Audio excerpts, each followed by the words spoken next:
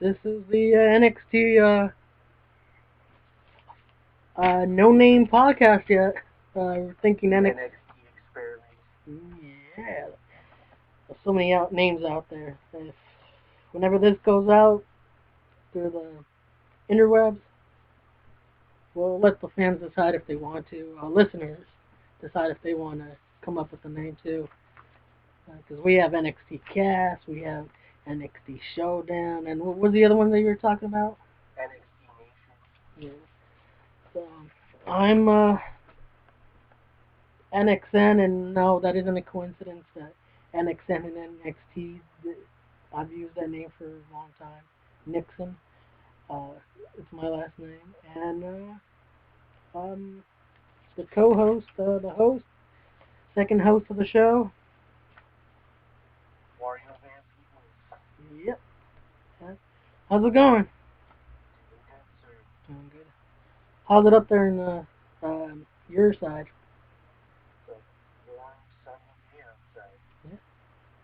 Yeah. Yeah. Same here. Same here. Yeah. So, before we start in NXT, anything you want to mention about WWE before or TNA? no TNA. Yeah. Yeah. Yeah. That's silly. Yes. Yes. That can be for another time. Oh, you have any news? NXT news?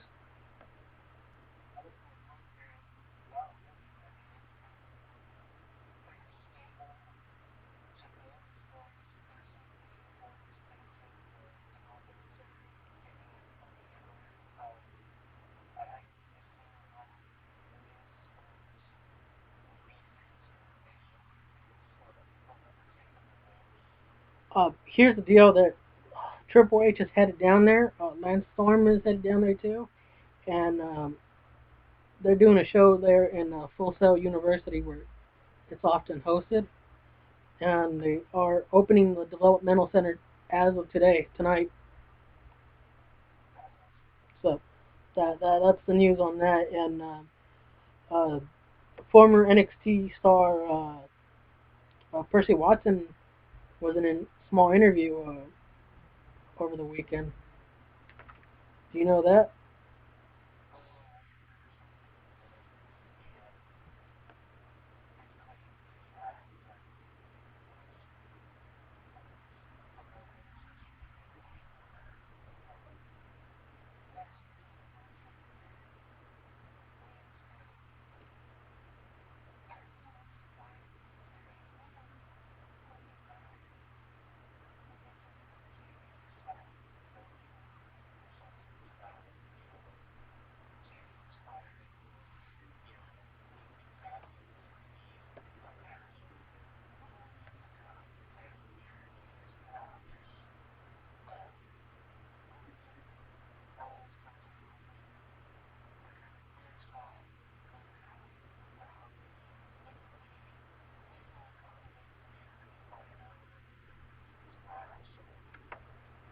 Yes. Yes. Um, anything? I know recently they had and this is over a month ago already, the NXT releases, and some of those were pretty sad to see them leave.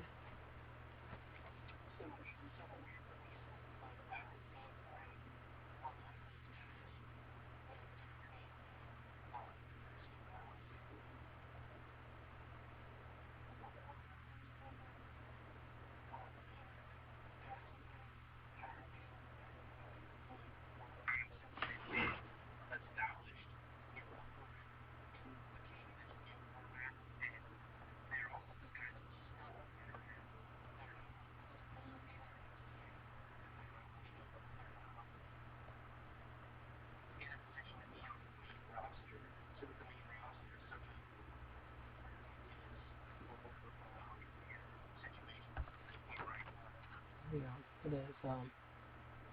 The only one I can say that Percy Watson, I was sad to see get released is Same with Audrey Marie.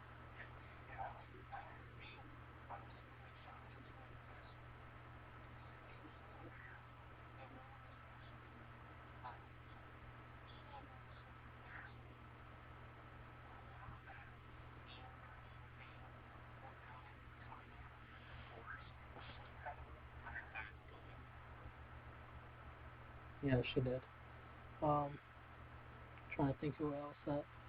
And I don't remember the names, but I saw that they just hired two new divas.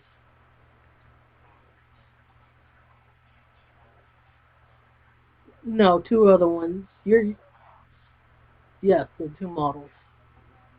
Yes, but I had a conversation with a couple of people on Facebook talking about that they're just hiring models and fitness models. But I mean, it can work. It's just it depends on who's getting hired. Cause,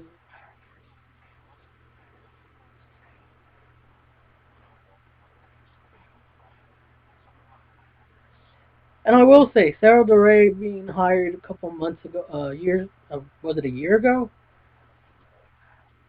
Ye- yes. Uh, Ever since she got hired as a trainer for the women's division, she's helped a lot. Because I seen Alicia Fox work better in the ring when she has time. Same thing with Summer Rae, who wasn't even good at the start.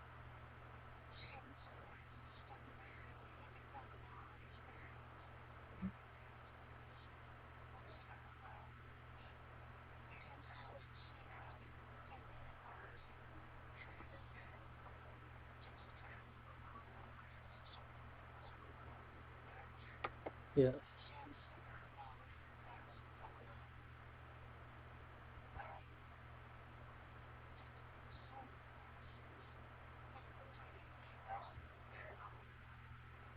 Yeah. Um, Sorry, I'm echoing. Am I echoing a little bit? Oh, I thought I was echoing. No, never mind. Oh, okay, perfect. Yeah. Um, Trying to think what else.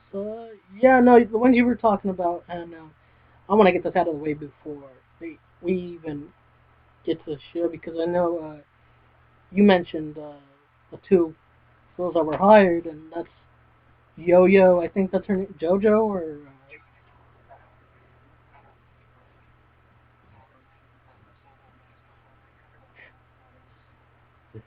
and who's the other one? I think it's Eva Eva Marie.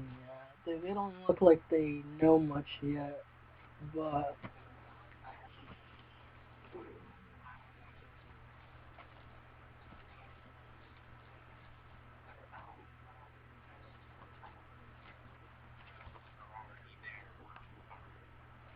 yeah, I was surprised they didn't put anyone else. Like Summer Rae would have been perfect for that show.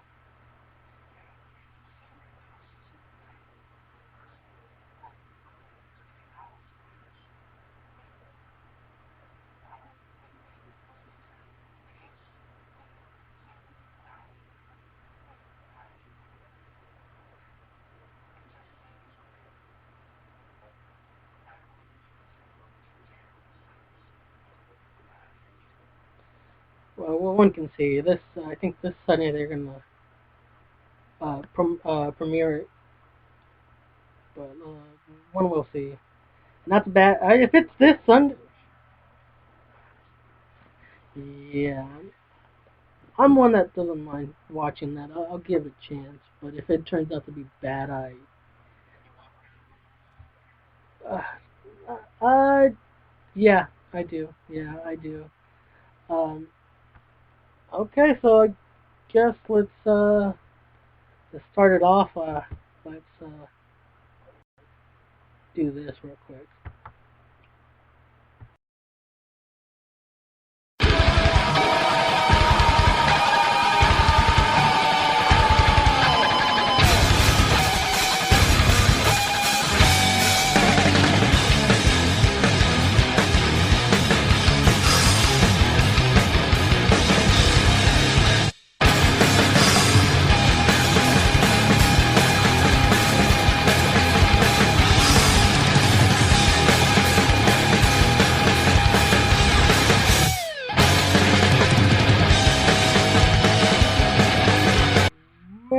accidentally chose Paige's song. I was trying to put Xavier Woods.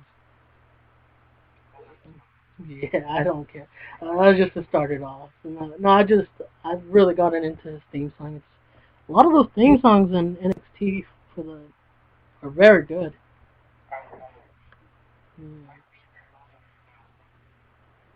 Leo Kruger's, yeah.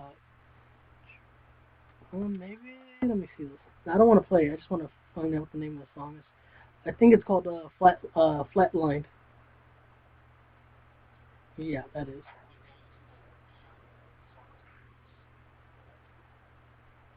Yes.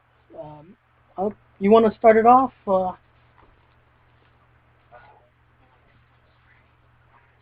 I Yes. Yeah, we can do that. And then if you have any notes on it, I have a ton of notes on each of the matches and everything that went on.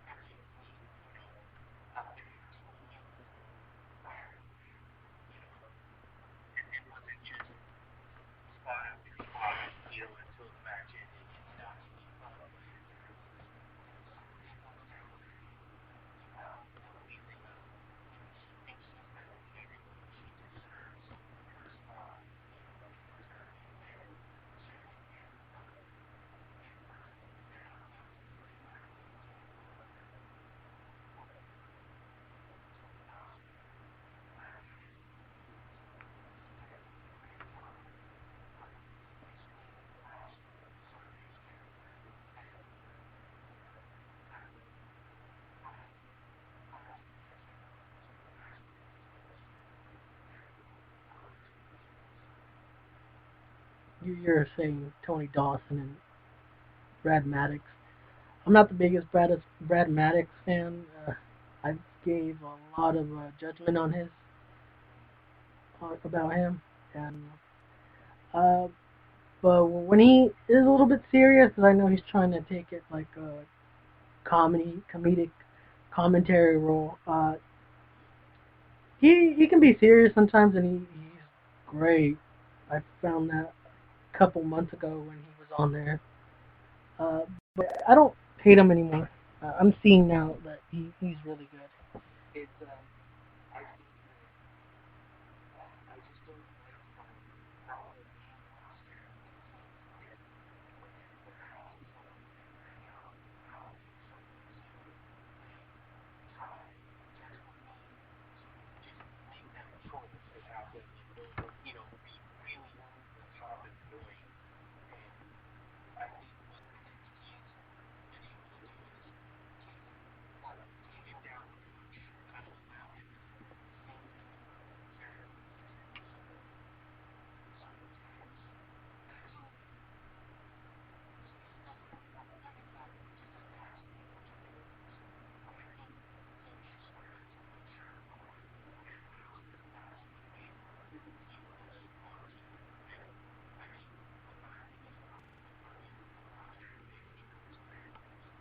Yes. Um, I'm trying to think. No, I like this little evolution of Emma from a couple months ago, where uh, she failed at everything. She was clumsy, uh, and now she's been evolving a lot as far as her character goes, and uh, because now I'm noticing that she has bubbles now in the entrance, which I find funny. And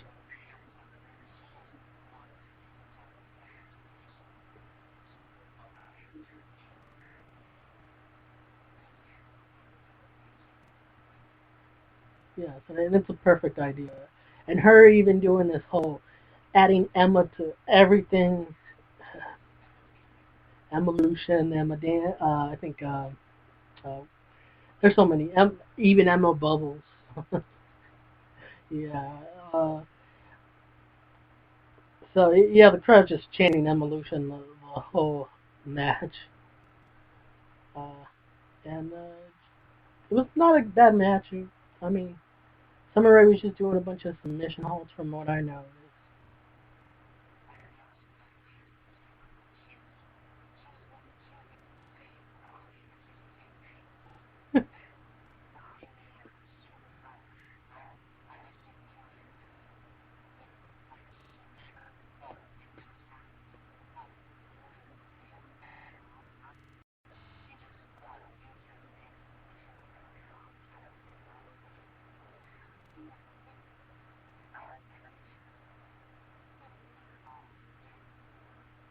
Yeah.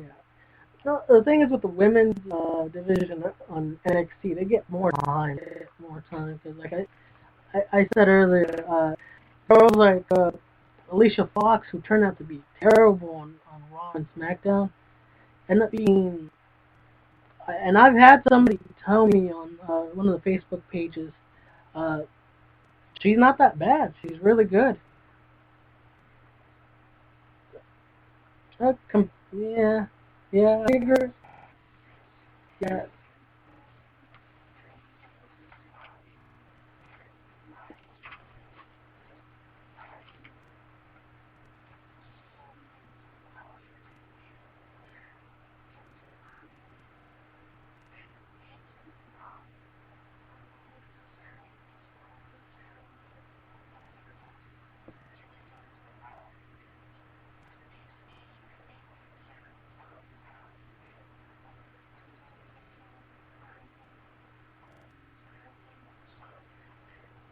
I, I have the same issue you're saying right now. I've had it since I first saw her uh, set up that scissors kick. Wow, and I got heat from shouldn't say heat. I got a lot of flack for that from some fan on on Twitter, and I try to defend myself, but man, she wouldn't let me win this argument. But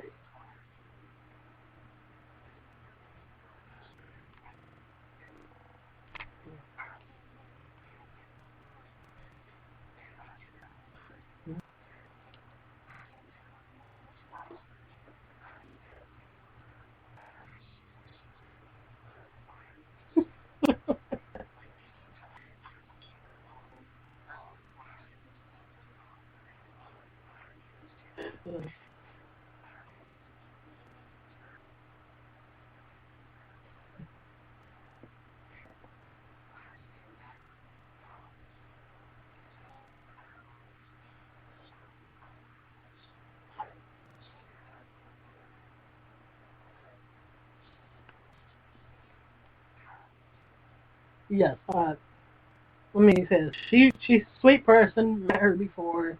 Nice, cute, but in ring, I don't trust her yet to even work in there. Not even after 3 4 years. Still,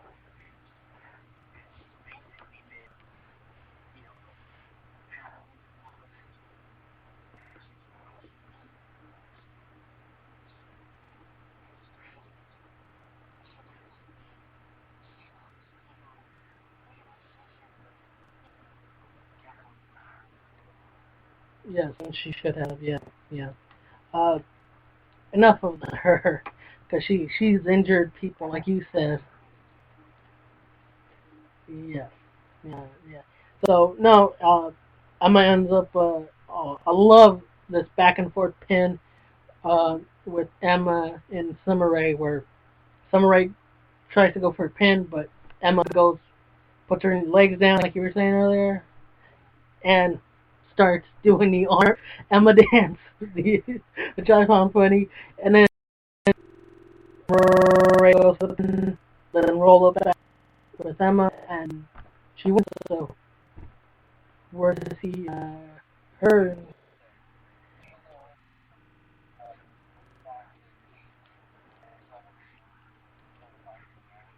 I was expecting that because they've had a. I was expecting that after a long feud they had, and it's not on TV, but they've had it on there on NXT most of the time in this feud. Yeah, like you said, they faced each other next week. We're expecting them to uh, for the final, and I don't want to say much on that because it's going to be good news next week on that. Yeah, yes, I know. Uh, and they head to the back and they show with Bailey and Dusty Rhodes.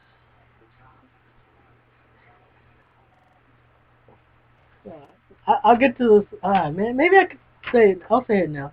Dusty Rhodes looks awful, and his forehead looks awful, man.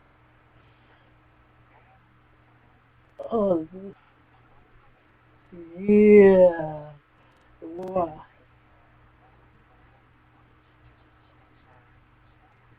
Yeah, it's that bad. Yeah. Yeah, yeah, yeah. And I like this new Bailey gimmick that they added on her a couple weeks ago. It's different.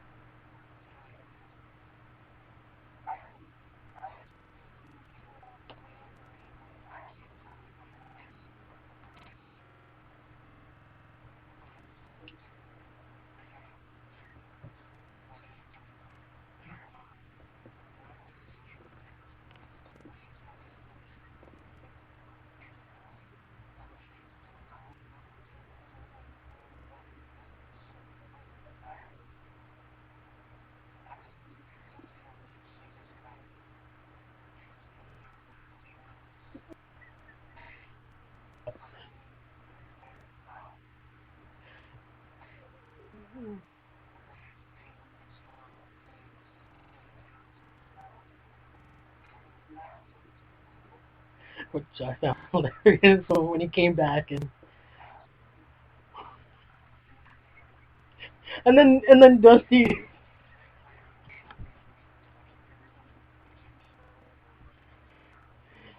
And I've seen a couple of pictures on Twitter. Charlotte is his daughter, where she's posting herself and Ric Flair in Florida in Full Sail University, where they're just together everywhere, and you see a ton of pictures of some of the other uh, NXT uh, NXT members that are there uh, taking pictures with them. So I found that, yeah, I check Twitter too much. So that's not a good thing, I guess. Yeah, yes, yes, it is. But I like that. I found it funny. You were saying the woo, Ric Flair woo, but it was even funnier when Bailey did it right behind Dusty's back.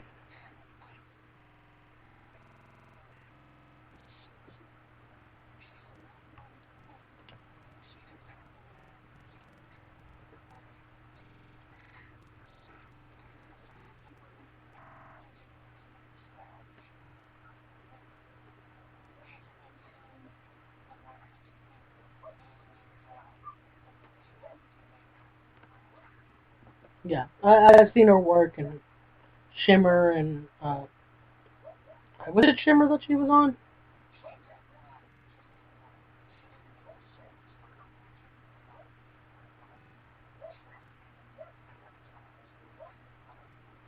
That's where I saw her. Femme Fatale. I can remember her.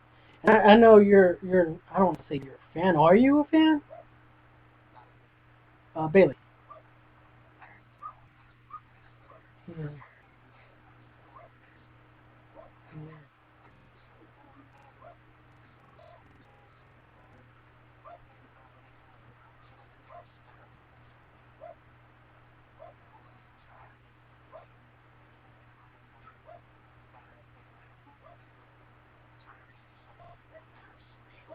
This is reminding me of what they were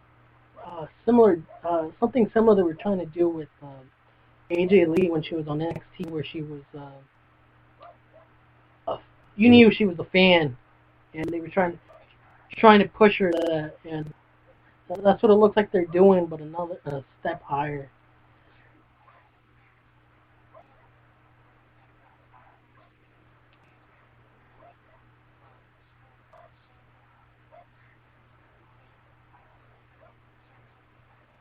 Yeah. Yes, she is. Uh, One thing I want to mention, because now that we're talking about women in NXT, did you get a chance to check out the leaked videos of from NXT where the girls are doing prom?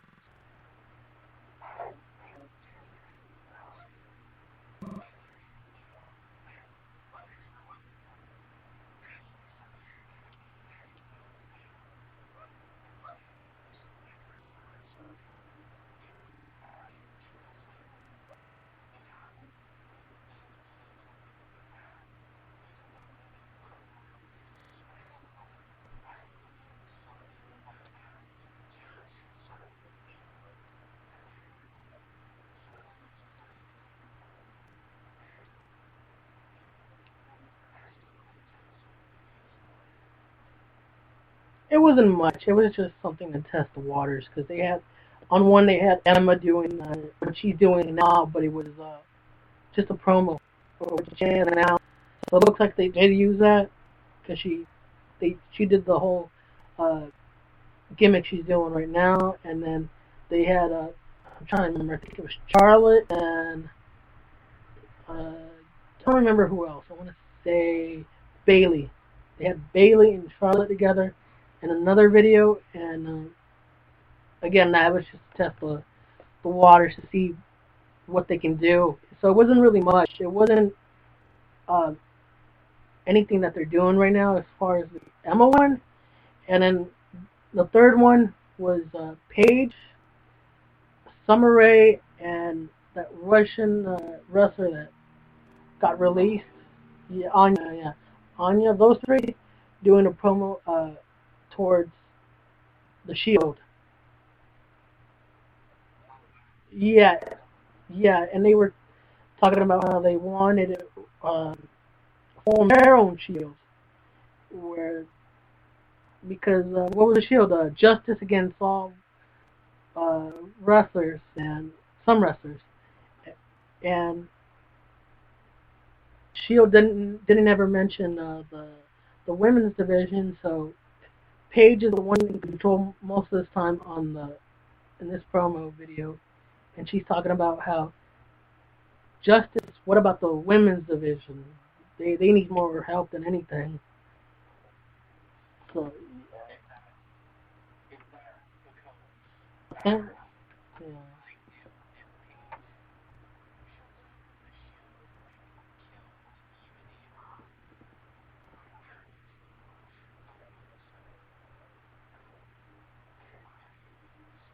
yeah. But it looks like they're not doing anything with that. Yeah, yeah. And next match,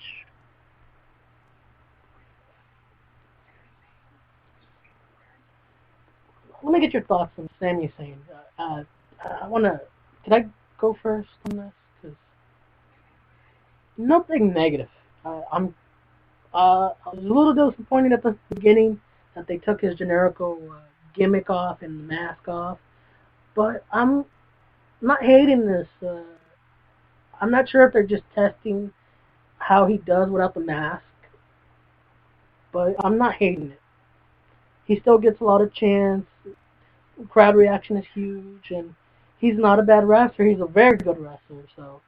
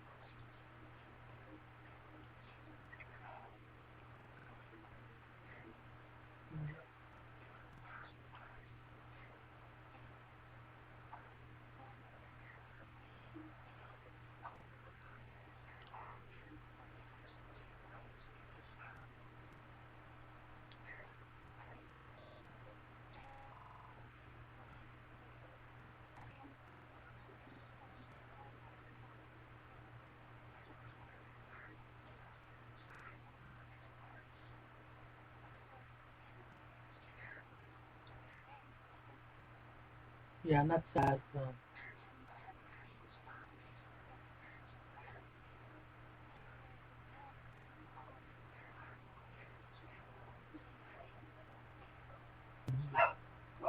Yeah, yeah,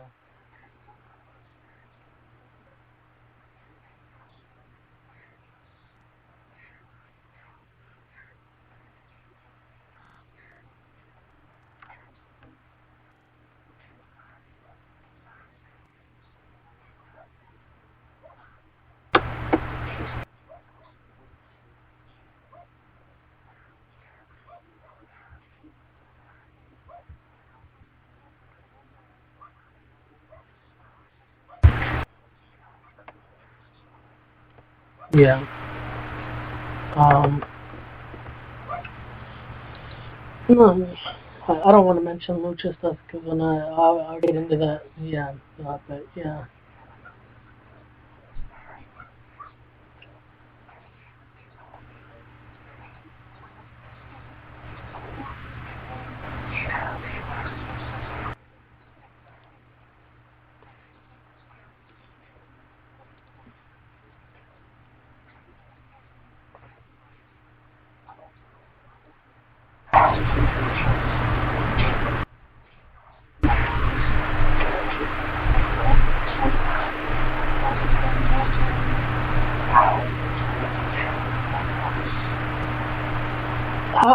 do you know if that's true? Because I know Tony and Brad Maddox were mentioning that he was away in South Africa. He just returned. Is there any truth to that, or is just that something they're saying?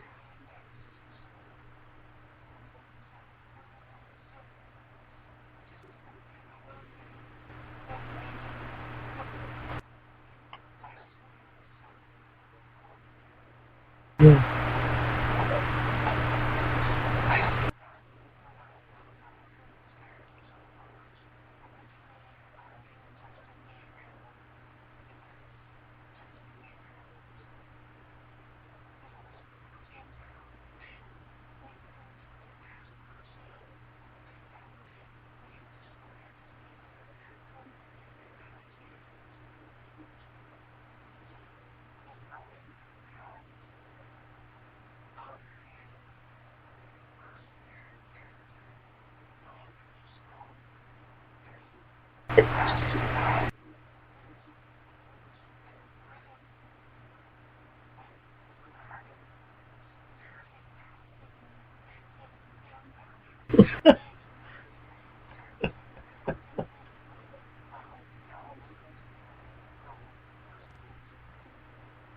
No, cause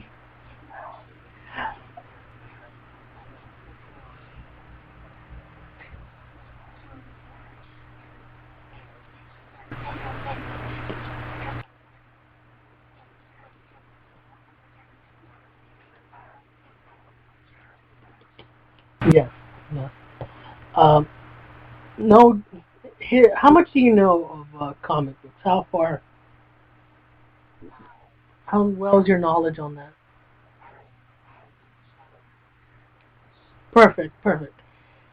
I only ask that because Leo Kruger reminds me so much of a Spider-Man villain, Craven the Hunter. Yes, yes, yes. Because they say hunter, he's a hunter, he's a hunter. They keep saying that. Yes, if you, I'm not saying he should come out with a leopard printed jacket or anything, but if he did, I I wouldn't be surprised because he used, yeah, he did. Wow, wow,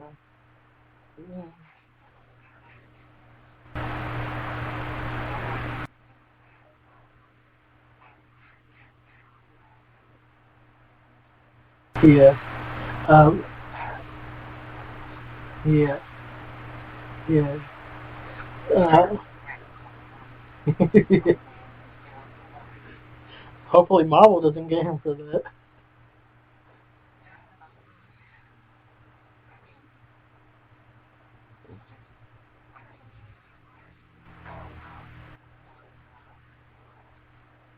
which is fine. Yeah, his his intro video is creepy because it's perfect and creepy. It's perfect and creepy because the first thing you see when his video comes up, I mean, is his nose, up his nostrils, and you can see the sweat coming off the nose right there. Yeah, that's horrifying. Uh, any notes you have on this match? I mean, I have like Olay chants and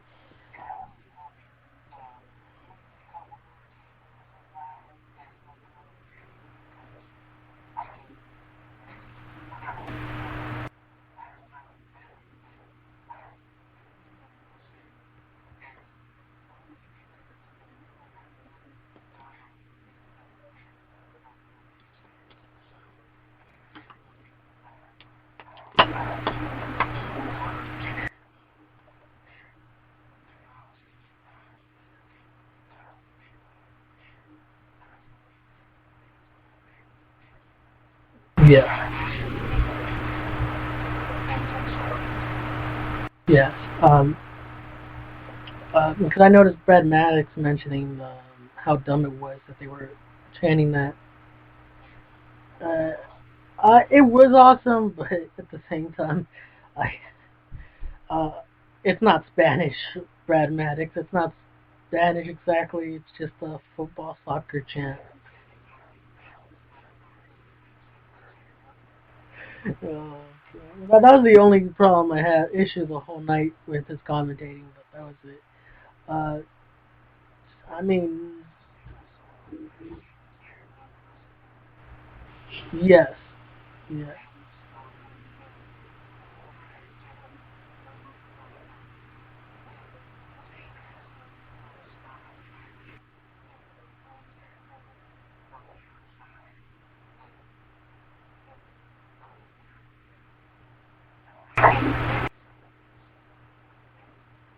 yeah. I wasn't expecting that, but um, after we find out that they're gonna have a match next week alongside with Cesaro for a number one contenders match, it does make somewhat sense.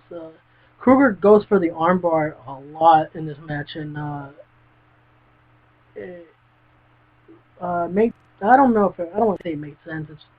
I saw him doing that a ton.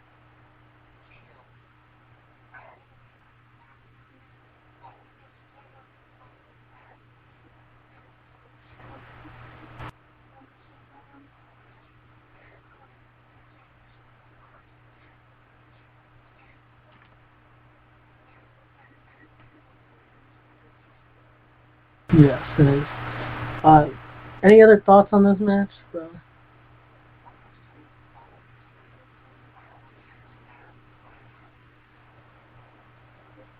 Yeah. Uh,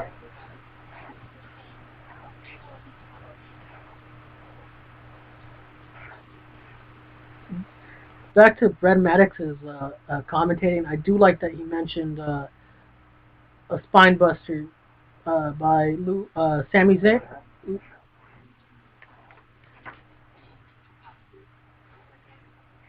Yes, and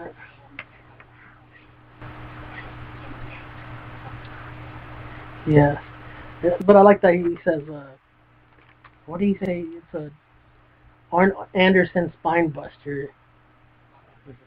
Yeah, yeah. Um, yeah, so that was that match. Then we go on to an interview in the back with Renee Young, Adrian Neville. I still call him Pac. Uh, and Corey Graves and William Regal.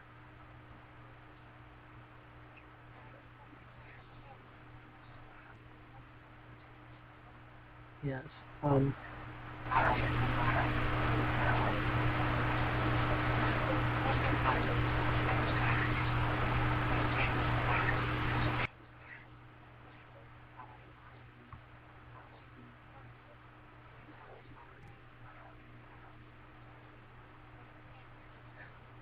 Yeah, he it looked like he did have fun talking there, mm, saying that the doctor spanked him and he headbutted him in the head. I love that. And then yeah, and then he calls Neville his Gordy friend, Geordie friend. Sorry, Geordie friend. And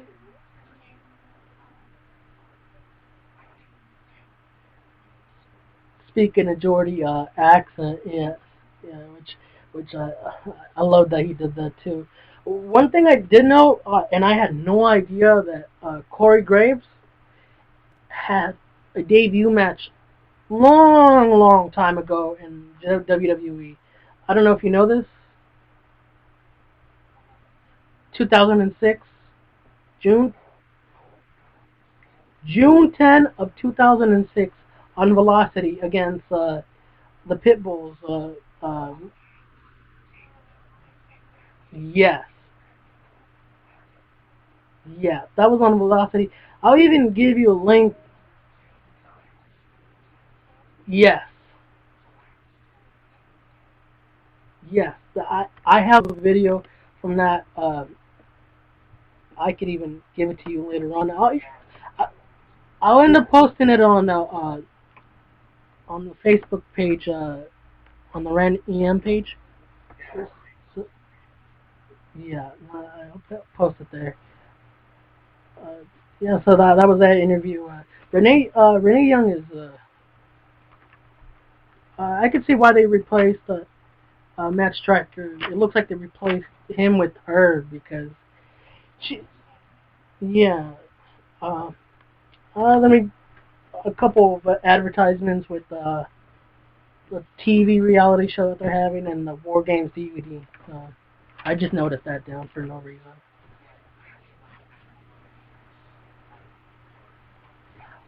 I still haven't seen that DVD Blu-ray. I want to get the Blu-ray because it has a little bit more. Yes. Um,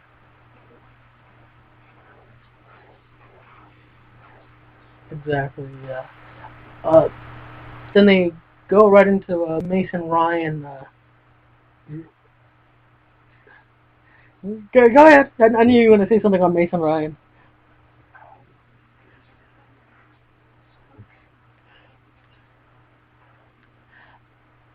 You know what? I'm seeing a lot of attention from Enzo Amore, and I'm not saying from us because I'm enjoying him too. A lot of people online are really enjoying him right now. And last week was even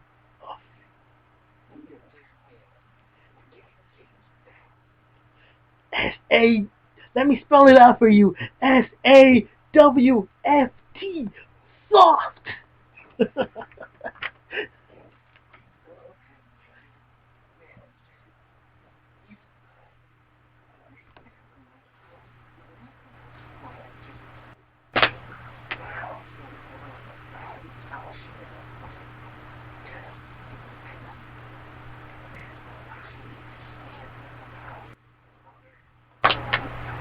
Yeah. And I like that they gave him Colin Cassidy something.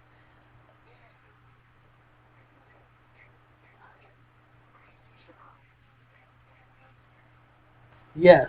Yeah. Yeah. I didn't know much on this because I mean it was a short match. It was a handicap match, and I just saw a short match, and that was it. Enzo Mori and Cassidy win this week.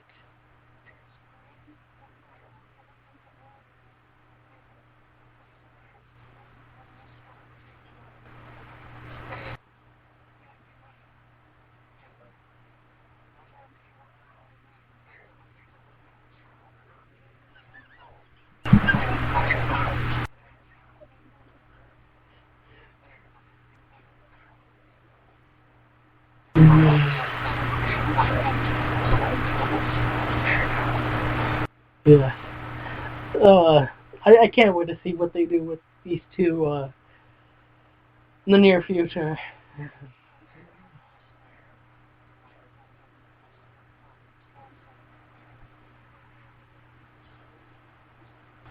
Yeah. Uh, Then they go on to have a video, uh, not an interview, but Dusty Rhodes' face come up on the screen and announce the number one contenders match next week, which we mentioned. Sami Zayn, Cesaro, and Leo Kruger. Yes. And there's so much that they announced for next week that they look like, I don't want to say big matches, but enormous matches for this, for NXT. We got this match. What else have we got? Yes. And and Scott Dawson versus Bo Dallas. Yes. So that's yeah. Which is another guy that I've been enjoying because it's odd, it's different, and it's odd seeing a French Canadian. I think he's Canadian, isn't he? Yeah, French Canadian with a deep French accent with managing two rednecks.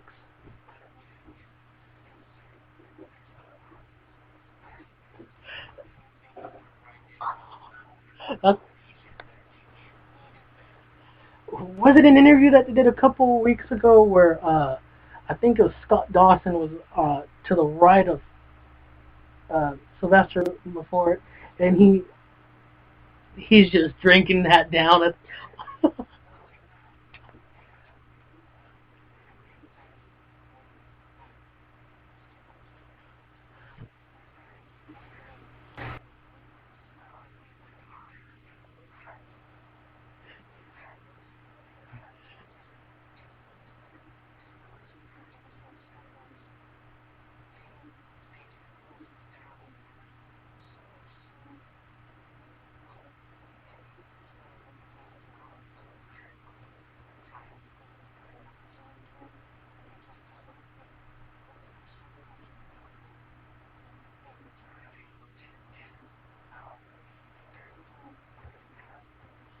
I think it's because they're giving more freedom down there. They're giving more freedom to do more.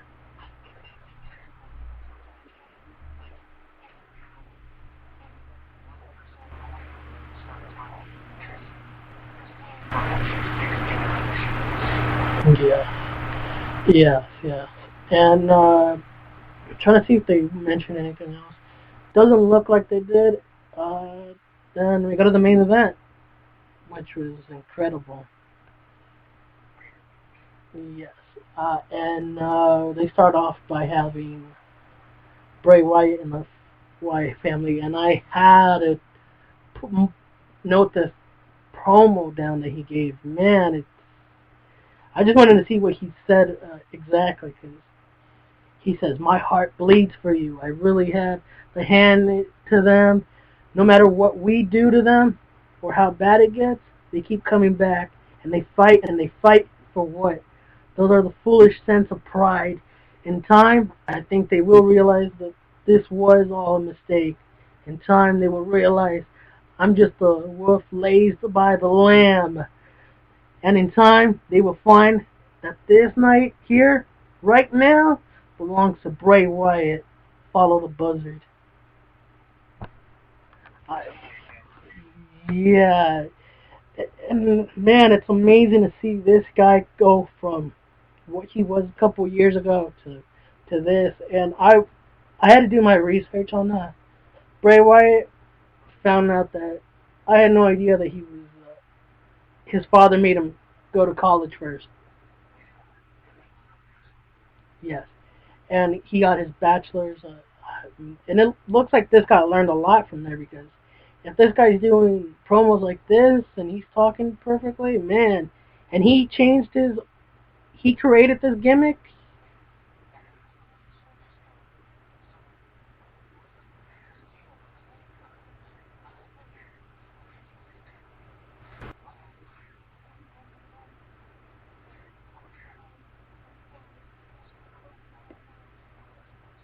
Exactly, yeah. And we might not have this Wyatt family around on NXT to talk about anymore. Uh, Probably not, because it looks like Biggie Langston seems to be gone now. Yes, and I can mention more about him in a minute. But I didn't really know too much on this match. I mean, there was so much to.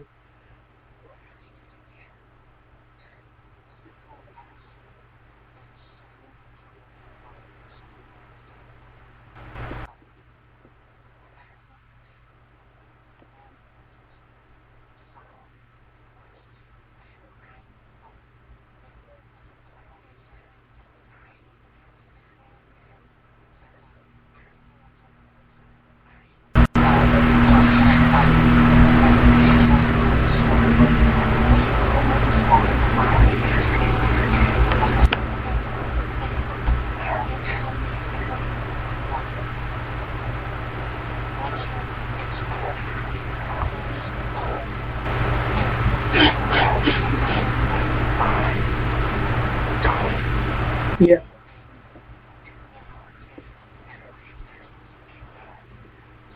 Yes, which I enjoyed. Oh, that was awesome. Yeah. You had your high flying, your high spots, your yes. And I want to say it's Rowan, Eric Rowan. Looks like somebody I know on one of the Facebook pages that I'm on. He used to look. This guy used to look a lot like Eric Rowan because he used to have a thick red beard, and he's bald just like Eric Rowan. So he looked a lot like him, but now he just shaved it off and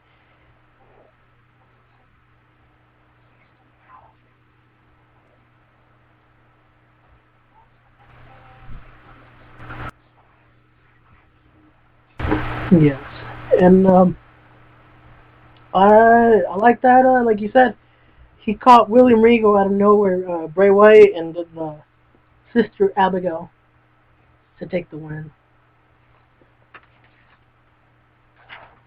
Yeah, just follow the blizzard. Yeah, there's no more to say. Man, that promo, even that promo was great. Oh,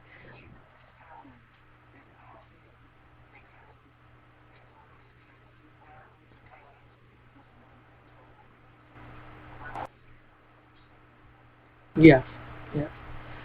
Um, Now that we're coming off of this,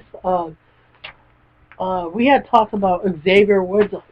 I mean, he's grown a lot from coming from TNA wrestling and being that boxer. I was gonna say character from one of the Rocky movies, but yeah, Apollo Creed. Yeah, yeah, like, yeah, it makes sense. So yeah, true.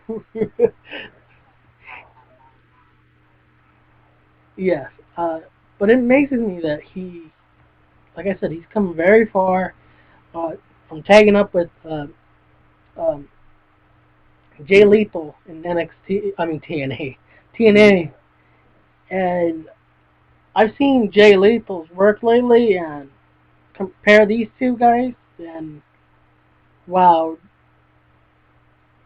Xavier Woods has changed a lot. Has a gimmick and can talk.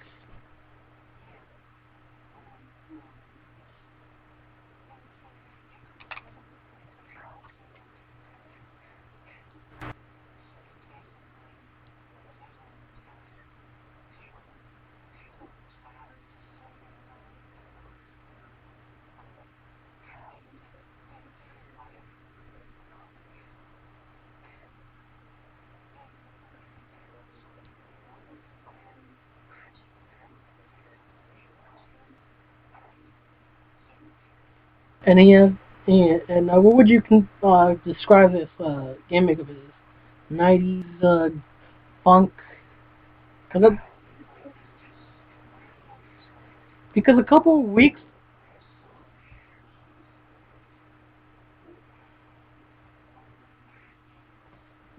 because I remember I want to say a month ago. I want to say Tony Dawson or uh, William Regal had said the '90s TV guy. I think he said. I'm not correct. I'd have to go back and watch it, but he said something to that point.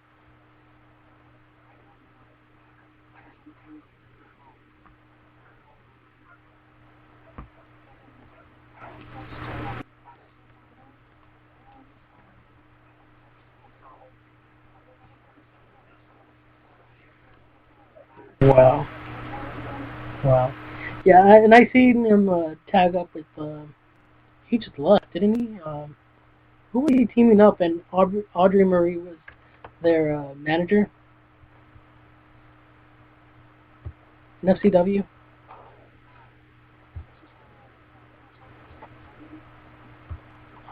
I'm not sure. Was he? No, it wasn't him. He just got released. It wasn't him. It was. I want to say. I don't know. I'd have to check back, but yeah.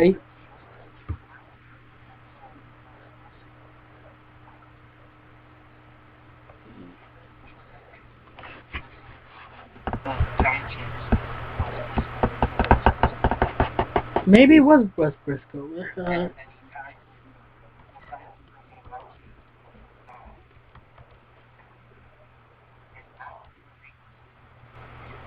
Yeah, because they're all having. They all have matching attire, which is like a lime green. Oh, ooh, that was- yeah. And I'm trying to search that right now, real quick, to see.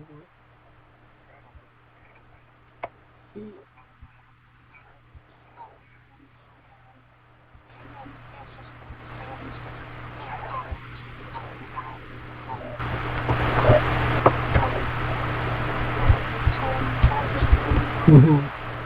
Yeah, yeah, I remember that. Yeah, but I'm. This is like when probably I want to say a couple months after he got hired to WWE. That'd be 2010. That's when he was tagging with Percy Watson. So yeah, maybe it was him. I'm trying. And that was 3. He's been there for like 3 years. Yeah, he's been there a long time, but Mm-hmm. it's not a bad idea. Derek Bateman. There you go. No, Oh yeah, I didn't know that. no. Sorry, Bateman was sorry. I'm reading this wrong. Sorry, I'm reading this wrong. Yeah, it was Wes Briscoe. Then yeah, you're right. okay because before Bateman got cut, he was doing that generic American dude character that just didn't really do anything. Yeah, and then, yeah, it was Wes Briscoe. Yeah, Okay. and they had matching attire. Yeah. See, that's I don't. Yeah, maybe.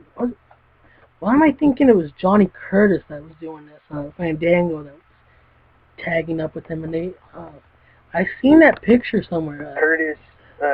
Curtis tagged with Derek Bateman, and then Derek Bateman and him feuded after that. Because I seen I don't know if I seen pictures of him and Audrey Marie. They're together and they have matching attire. Maybe I'm wrong. I don't know.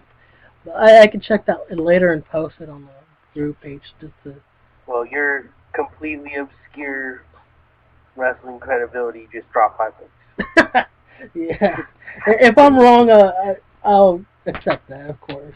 Fair enough. Yeah, I mean, like that. The hard part is, like even I've watched FCW pretty regularly, but even I forget because sometimes they change uh, change personas, or they'll take someone off TV for a long time, and I mean, because that's before he became Xavier Woods. It seems like the character that he is now. It seems like he wasn't on for a very long time. Yeah. Like I think it was almost like 6 or 8 months before he came back as solo Xavier Woods and started doing had his hair grown out like that and everything.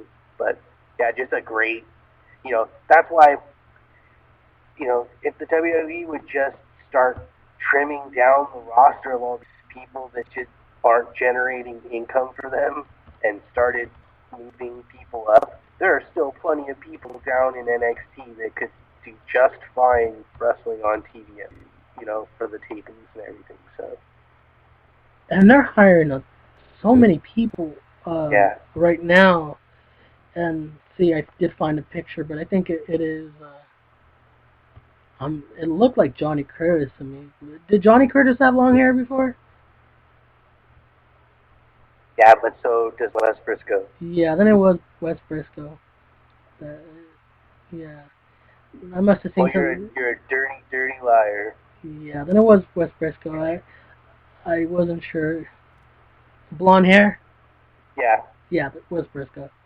Yeah, I didn't know that Audrey Marie was managing them for a long time. Neither. I didn't remember that either. But now that you're mentioning it with the green attire and everything, it's starting to, make sense.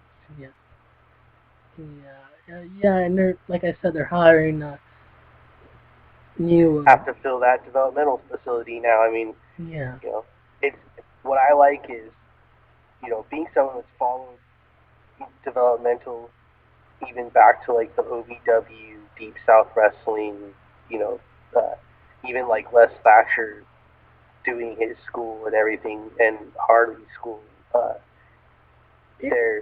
It's nice to see them actually taking the effort to put something into, like, if you're gonna hire people like models and things like that, they shouldn't be trial by fire, like tossed onto TV. There needs to be that very basic beginning ground, because it makes sense to. I mean, like, we had this discussion, but I can go over kind of my opinion on things as far as, yes, there are plenty of female wrestlers out there that the WWE should be taking a look at. The problem is they only have so much dedicated time to that particular division on television, and you can tell, they have enough TV time where if they were competently making programming and setting aside time, they could highlight more female matches. But I think the problem is, if they started doing that out of the blue, I think they've taken so much momentum out of that division that there's really no point in trying to push something that heavily right now. I think to do that would be much more detrimental than trying to build something slower over time. So, as far as hiring models and things like that, people that can actually, the realistic, the realistic expectation that they might not even make it onto TV at all makes it easier, as opposed to, if they went out and signed Jessica Havoc, Madison Eagles, top female talent, people would be expecting them to be on television immediately. And the problem is, the television product they have right now is such a mess. Where do any of these people fit in?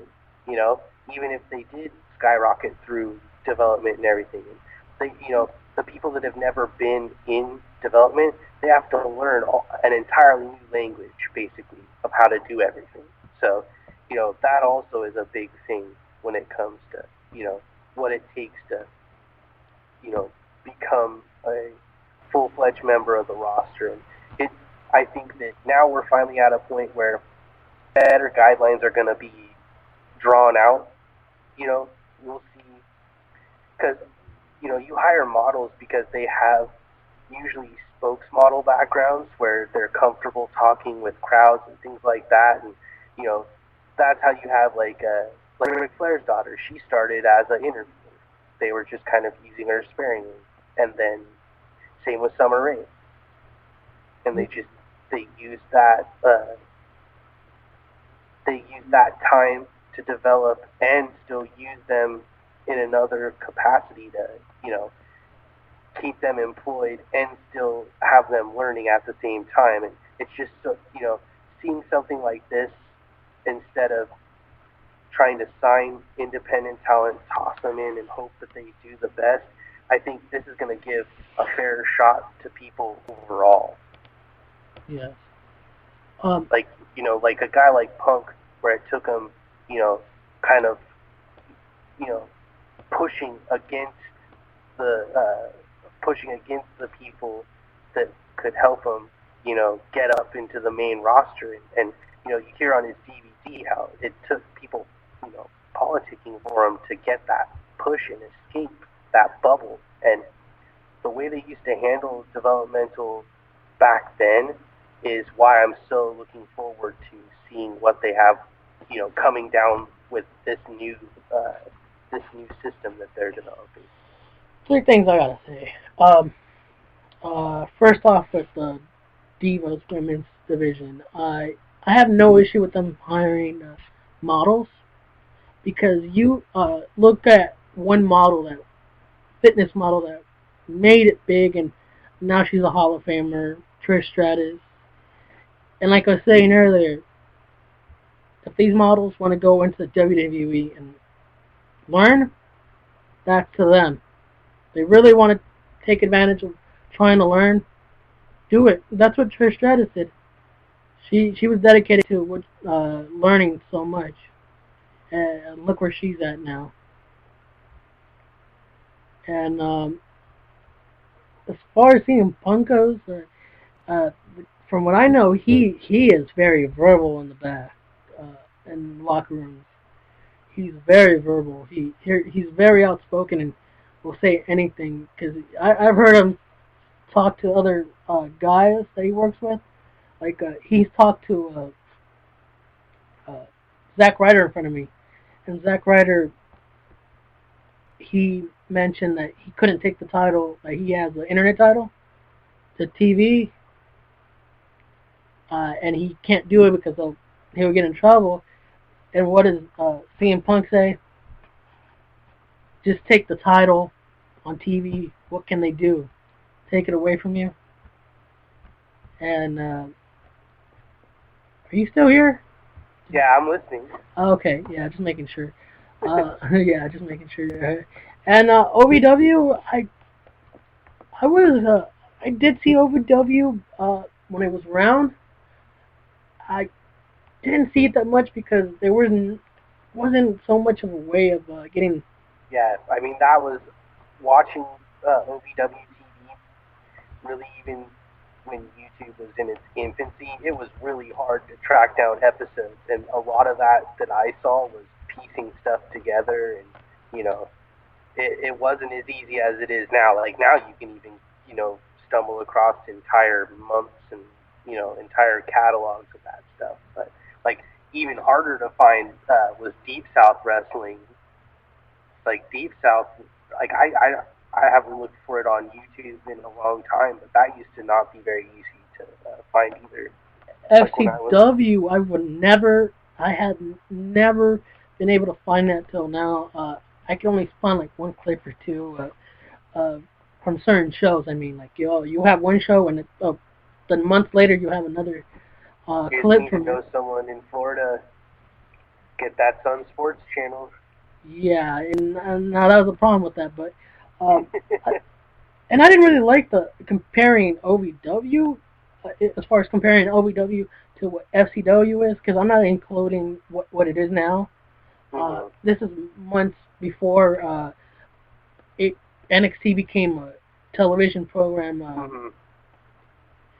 I didn't like how it was built, because you had really good trainers in OVW, and they were training them very well, and the storylines were good. But when I would see these FCW wrestlers being built and coming up onto TV, I did not like it, because yeah, for some reason they were way more favorable to FCW then too. Yes, and I did, because if I'll mention some names, like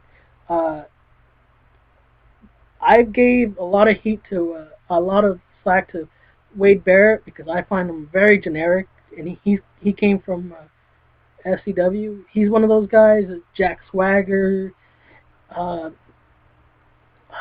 Del Rio even. But I mean, like those guys, the hard part about, you know, assessing their whole deal, like Barrett actually started in OVW and then went to FCW before they got him ready for TV. But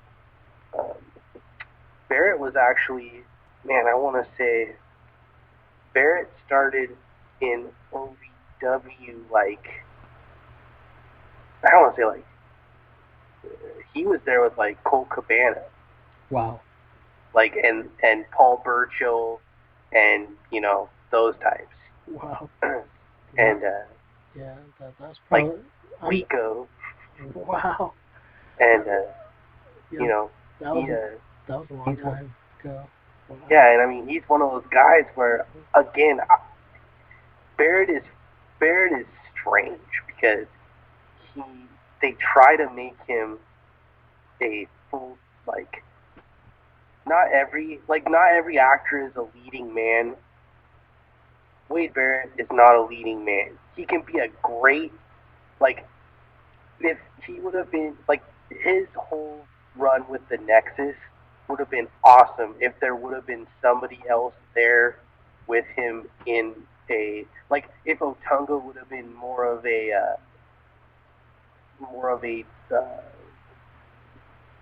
co-general. Like, I don't want to say lieutenant because that does put him under him, but, you know, like, if there would have been somebody else there that more, you know, had his ear and someone else that could do more of the talking, because his delivery doesn't work for, like, intensity. You know what I mean? Like, he's the kind of person that you need to put him in a situation where he's singling somebody out and he's going to talk about, you know, beating the crap out of him. And in that leader capacity, he just really, you know, especially like when you saw Punk take over the Nexus directly after that, and how watching how Punk turns into this leader, and, you know, you're going, why wasn't Barrett anything like this? Like, that was one of the things that really bugs me, is I can never tell if guys like that are being given bad, you know, bad characters that don't make sense for them because the writers just come up with what they come up with and then stick people in those spots, or what, you know? Yeah. No, like I was saying, I feel this batch of FCW guys in that little era right there came out in the ring very... they wrestled the WWE way, just basic WWE in-ring style. It wasn't... they didn't learn much, because if you look like I said, Jack Swagger, Sheamus. Yeah, Jack Swagger's just, he's like Wade Barrett. Yeah. It's like, you just don't know what he is. You're like, okay. I mean, honestly, to me, like, being a fan of old school wrestling, you know, all the way into the 70s and the 60s and everything, like, you see guys like Wade Barrett and Jack Swagger, and, you know, they're impressive looking wrestlers. But, like, you know, these are guys that, like, Wade Barrett would be a great enhancement talent. Like, a guy who, you know, is just out there putting up a good fight, and, you know, but not someone who really has, like, a name status. Because it's, you know, they've thrown belts around him, they can't figure out his theme music, they don't know what, you know, his finisher changed, what, 2 or 3 times? Like, he had the Wasteland, and before that he had the just like a plain old spine buster, I think. No, I have no idea. Then they gave him that whatever they call it, the bull hammer or whatever. Wow. I shouldn't say anything because there's rumors that he might end up being let go. Money in the Bank winner this Sunday.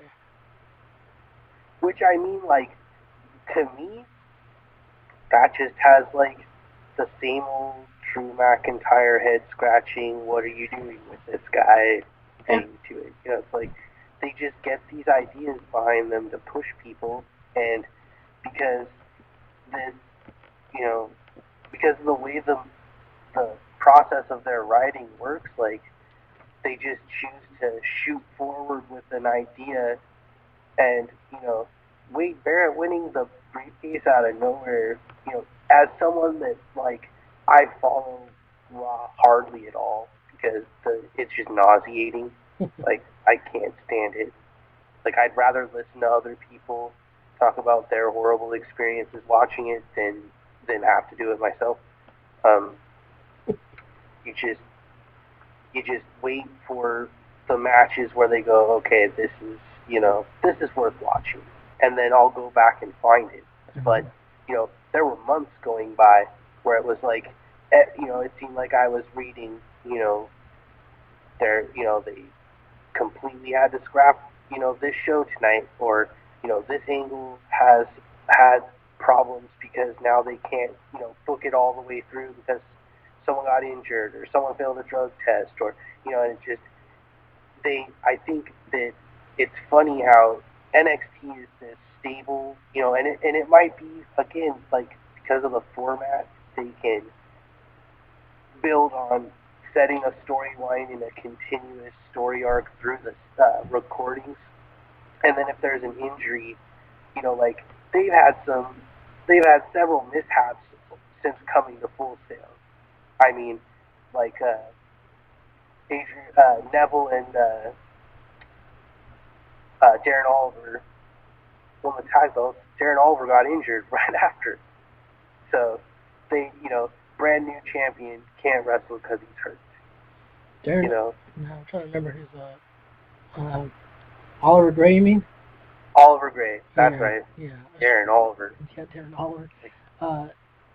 Where's he been in, by the way? They mention, like, this is like 2-3 months ago, that he's gonna be he's gonna be gone for a month. Major like injury. Or something like that. They said him. I thought they said him. But if I'm wrong, I may be wrong again. I thought they said he was out a significant amount of time. Wow. Then, yeah. I mean, that's like Richie Steamboat. Yeah. You know, I was looking so forward to seeing Cassius Ohno versus Richie Steamboat, and to have all that happen, and now no one knows if he'll return at all. It's just crazy. You mentioned Richie Steamboat. It's funny.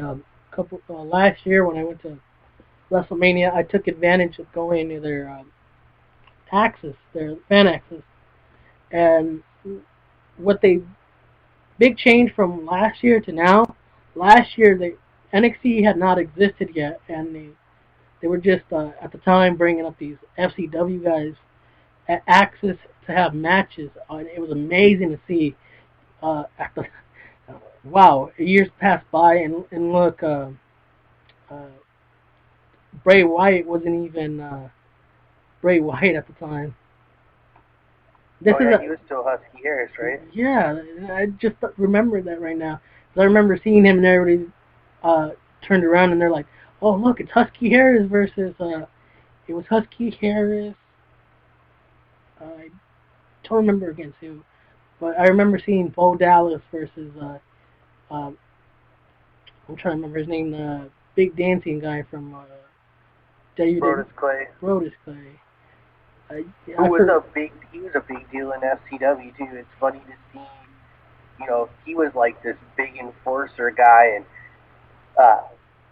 for a while it was like they were teasing that this whole dancing gimmick wasn't gonna happen, and like he was gonna snap, and it was a shame when they didn't do that. Like, it kind of sucks that he's still this, like, dancing guy. I don't hate it that much, because the promo he cut at the end of being cut on NXT.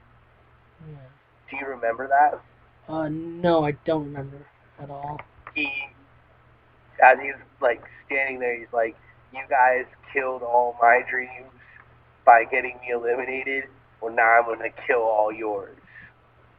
And I was going, holy crap, this guy doesn't even need NXT. Like, just put him on SmackDown, crushing people. You know, and I was thinking, you know, perfect guy to, like, feud with Mark Henry or something like that. Yeah. And then he just disappeared. Yeah. Yeah, I ended up seeing him. Trying to think who else. Ended up seeing Chris Hero, Cassius Ohno. Ended up seeing, trying to think who else. These are all matches, and they were like FCW matches. Either they were FCW matches or they were mixed up with the guy from the main roster. Mm-hmm. And because I remember also seeing Seth. What's his name on? I'm trying to think of his name right now from the Shield. Because I did see Ambrose. I remember now. Rollins. Seth Rollins. I saw Dean Ambrose, and I was expecting to see Roman Reigns. No, Roman Reigns. No, I didn't expect him. I was looking forward to seeing Richie Steamboat. I was looking all over for him throughout that day, and I even went over to the booth where Ricky Steamboat was to go get an autograph from him. Mm-hmm. And I ended up asking him, "Hey, where's your son?" And he's like, "Oh, he's not even here. I guess he was in Japan still." Oh, yeah. Yeah. And I was looking forward to seeing him because I know Richie Steamboat's very good. And yeah, like that's easily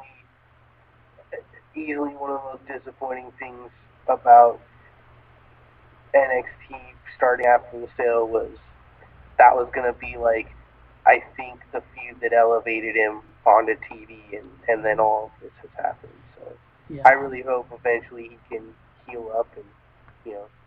And then going back to this WrestleMania Axis, I like now that from what came from last year at 28 to 29 this year, the NXT booth, autograph booth.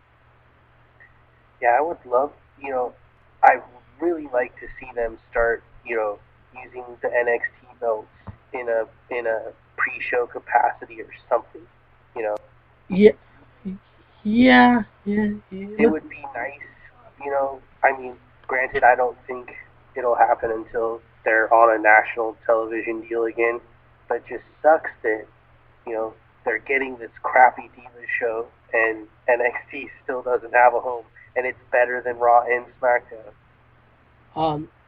They'll have it on TV. Well, I can't say that. Hopefully they do. The question is where, and that's always the hard thing. Mm-hmm. They just there's no Saturday night slam, Saturday morning slam, so chances are. Oh, that's coming back for a second. Oh, they are bringing that up. I mean, I don't hate that show, but I mean, they need. It's better than Raw and SmackDown. It is, but I somewhat see if they do bring NXT to TV, they're gonna have to either keep all their programs on TV, including NXT, or take one program off and add this one on. Mm-hmm. One of those two things is going to happen. I'm not sure. And this whole network thing, it's been 2 years or longer that hasn't even happened yet. Yeah, I mean, it's hard to even care about that anymore. You know? Yeah, exactly. I felt the same way. But if they end up doing that, it'd be great to see NXT have its own like hour. I just miss their YouTube channel. I mean, when they had the YouTube channel with NXT on it and the all the little shows on it, I used to watch it. Mm-hmm. Now I don't care about it anymore. Like, even though the pre-shows are on it and everything, generally the pre-shows suck anyways. Yeah, they are. Yeah. I'm trying to think of what more to say. Yeah, so... Don't want to overstay our welcome. No, I mean, we can go on. We still have like another hour and a half here where we can go continue and talk more and more. But yeah, like I was saying, that one of these days when I go back to WrestleMania back again, because I am planning, not this coming year, but whenever there's talks about it coming here to San Francisco, I'll take that. Oh, really? At the 49ers new park? Yes. Yes. Right on. When it does come here to either Los Angeles or they're saying San Francisco is a definite call, I will take a trip to San Francisco and go there and check out the Axis and check out the NXT area that they want to have at Axis now. That's awesome. Yeah, I mean, definitely. I recommend anybody that, I mean, I even went to WrestleMania and I wasn't even a fan at the time. Like, I had pretty much stopped caring about wrestling at the time. And because it was here, you know, it was unavoidable. And I went and had a great time. Yeah. Did you end up going to the Axis, fan Axis? But I mean, it was such a completely different beast back then. Wow. Like, Access was more like photo ops and things like that. They really didn't have, like, many dark matches and things like that. Yeah. And there's a match I always end up mentioning when I talk to somebody different. There was one match with Dolph Ziggler and he's off TV right now, Santino Marella. It was a fun match just to watch that nobody was able to watch on TV or anywhere else, except if you check online on YouTube. Oh yeah, see we had there was I think it was a heat taping. Yeah. Or something like that, and they had some smaller matches on that. Yeah. Alright, how was that experience as far as like being out there? Because that was a different WrestleMania. That was like years ago. Yeah, you know, us old farts. Yeah, how was that experience out there in Safeco Field? I was gonna say Safeco Field, yes. Yeah, it was awesome. I mean, just being, you know, generally I don't like going to gigantic things like that, especially like you're thinking, great, you know, I'm gonna be so far from the ring that it's not gonna matter, but you know, I ended up having still a pretty good view, and the monitors everywhere still keep you into it, and you know, cheering with everybody. It was still an awesome experience, but definitely, you know, as far as the access stuff goes and everything like that, I would much rather go to one of their events now. I mean, like even what was it, the Royal Rumble? They had the NXT tournament. Yes. And I mean, I would have loved to seen something like that in conjunction with an event, you know, in my city. The last pay-per-view we had though was that crappy Over the Limit or whatever. 2009, I think. Was it 2009? Yeah, I remember that now. Yeah.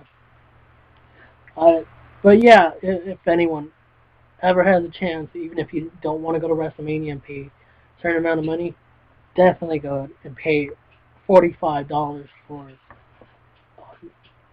just a normal fan access pass, because man, just get the experience. It is so incredible being there, and they make, from what you're saying to what they're doing now, and from last year to this year, they've changed it so much now. It looks like a decade definitely made the difference. It looks like a convention more than a fan access now. Right, that's from what I've seen, and you know, the access that I went to was, you know, it was safely nestled within the confines of a baseball stadium, and I know now you couldn't even think of doing that. Well, yeah, but yeah, that was a great experience there. Trying to think what else. Yeah, and try to go to, if you find, so that's sad that they don't have NXT traveling the whole state, I mean the whole country, but they're just traveling the state of Florida. Sense. Yeah, it makes sense. I mean, because they still do the armories that they did as FCW, which is super smart, because they already they give tickets away to troops anyways. So having, accessibility to those armories and stuff, there's already a really good, fan base for them there. They're on the Armed Forces Network and everything. So between that and generally just being a good, solid place to, the economy or the cost of living and everything isn't completely outrageous. So compared to here in California, that's they have it cheaper. Your state has a hole in the bottom of their wallet. Yeah, we do. Believe me, we do. There's like so much, but I'm like trying to find a way out of this state. And don't get me wrong, I love San Diego and California, but beautiful city. Yes, beautiful city, but it costs too much to live here. Especially San Diego, and that is because it's such a nice place to live that the cost goes up. Yes. They know they got you. Well, let me put this out. If you have any questions for me, because I'm going to Comic-Con, I got to get some names out there, and I'll check online, but I know definitely Rob Van Dam will be there, and I'm trying to think who else. I said Dolph Ziggler and The Miz will be there. Mm-hmm. If you have any questions for me, I'll try to get quick interviews with them. I've talked to Dolph Ziggler last year, and I got a good chance to talk to him, and Rob Van Dam and DDP as well. So that's cool. And I'm trying to get to see if I can find anybody else, because last year Damian Sandow wasn't even scheduled to be at Comic-Con last year, and he just appeared there, and he was just walking around the floor area, just hanging around, searching for comic books and video games. That sounds awesome. Yeah, and I didn't know he was a comic book fan. Makes sense, though. I mean, how many guys in wrestling spend so much time on the road? Yeah. So that was I'll try to see if I can find anybody there, because so many wrestlers go there. You never know who shows up at Comic-Con. Yes, exactly. I already know the typical set of people that go there. Like I said, Raw. You said they're promoting WWE 2K14 there, right? I have no idea. Okay. If I find anything on that, I can go search at the TK booth. Mm-hmm. But I want to say they're not with I was going to say TMZ. I don't know why I'm thinking TMZ right now. Sorry. I know they're not with that other company anymore, and I know they never had a booth there at Comic-Con, but I think, I am not too sure. They might have one. Okay, because that's, I know usually The Miz is who does all the press for video games. Oh, he's not, no, see, ever since they signed a contract with Mattel to do their action figures. Oh, okay. Mattel. Yeah, I totally forgot about figures, of course. Yes, Mattel runs that panel and the autograph signing. That's awesome. I'm not a figure person, but I'm a collector, so I totally get that. Yes.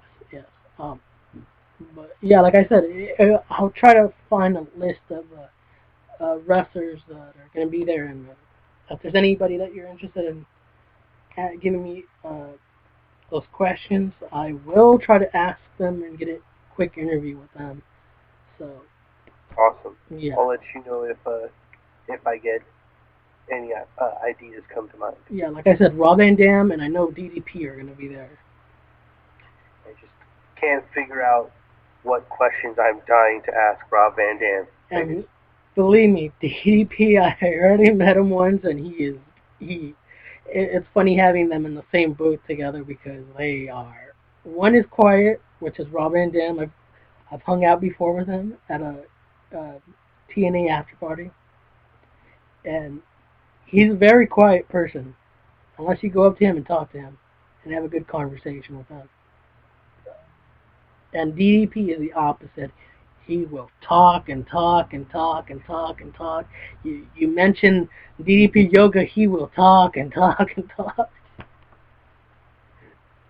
The man is a machine. Yes, he is. And then I had a chance to meet up with Gregory Helms too there. Oh, that's cool. And he'll probably doesn't he do like a comic or something like that? Yes, Rob Van Dam, Jerry the King Lawler, and Gregory Helms do comic books. I think Jerry Lawler does the art for that. I think he's an illustrator now. That's cool. Yeah, so I haven't been able to meet Jerry the King Lawler, but I know there's like I don't remember. I think I want to say one of those those internet news guys that have their podcast. I know they go every year, but I never talk to them. John Morrison was another one that I ended up checking out last year too. So, but he's not doing anything except indie work. Oh yeah, that's I saw him on a I think an Evolve flyers not that long ago, but that's another guy. Like talk about, you know, he went all the way to OVW from California. Yeah. And don't forget he was on Tough Enough. Yeah, that's right. Tough Enough, yeah. I don't see him coming back right now. I even ended up asking him, when are you coming back? He's not even sure. But I know the truth. I know the truth because I've heard stories from hanging out with some of these guys. He's still with Melina, and WWE does not like Melina right now. That's why when they released her, they were happy to release her. Then the next week, I remember that they had to kick her out of the building because she wasn't even with the company anymore. Yeah, and she just showed up. Yeah, I remember that. Yeah, I mean, and that's, you know, I mean, Eminem was fun. I enjoyed the tag division a lot back then. Oh. Like that was even thinking about the product now in comparison to then is silly. Especially their ladder match with Hardy's and Kendrick. And oh yeah, I see that. I think also William Regal was involved with that too in that match. It was a fatal 4-way tag team match. I remember when he was the GM and all that stuff. Yeah, I remember that too. No, but this is when he was teaming up with, I think, Paul Burchill, and they did this ladder match at Armageddon. Remember Teddy Long came out, and that was supposed to be I think it was supposed to be a regular tag match, and turned out to be a fatal 4-way out of nowhere. Oh, Teddy. Yeah. I guess there's not much to say. I don't know if you have anything else to say about any NXT stars, any news.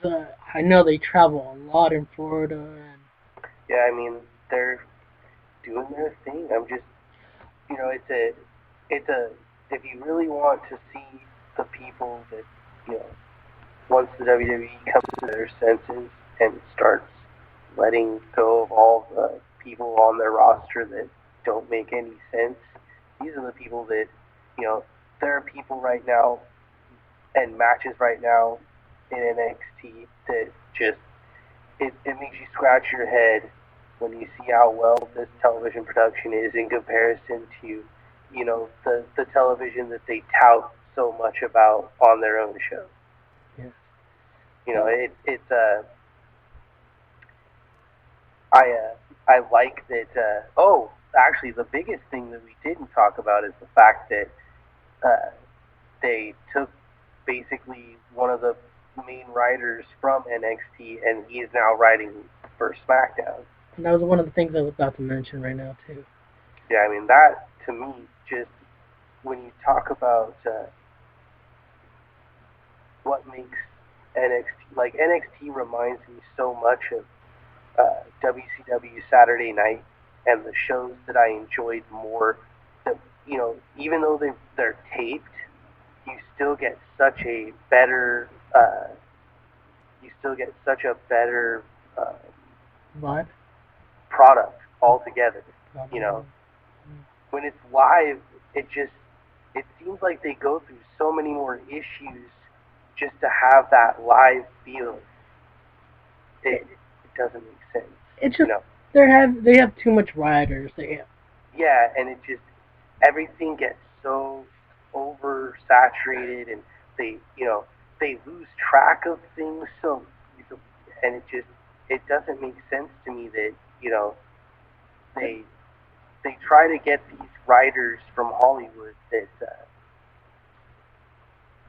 yeah, and you know, they know how to create characters, but the problem is that in a wrestling show they need to wrestle, and you can't possibly manage to do something that has a wrestling focus and then try to focus more energy on developing the characters. And that, you know, NXT does a lot to do all their speaking in matches, and the commentary actually, you know, puts the action in perspective, and, you know, it's not just two guys having chuckling jokes, you know, and it's such a more sound product. And I hope that what we're seeing in NXT is the general progression of what the product's going to continue to evolve to as, because I think, you know, you hear time and time again that Triple H is going down to NXT and supervising things, and that, to me, you know, as much as there are people that are against the thought of it, you know, that if this is the product we're getting because he's overseeing more of it, then this is a good thing. Yes. Well, let me just put out there that this main writer that you're talking about that is now placed in the main roster is now writing for, is about to write for SmackDown.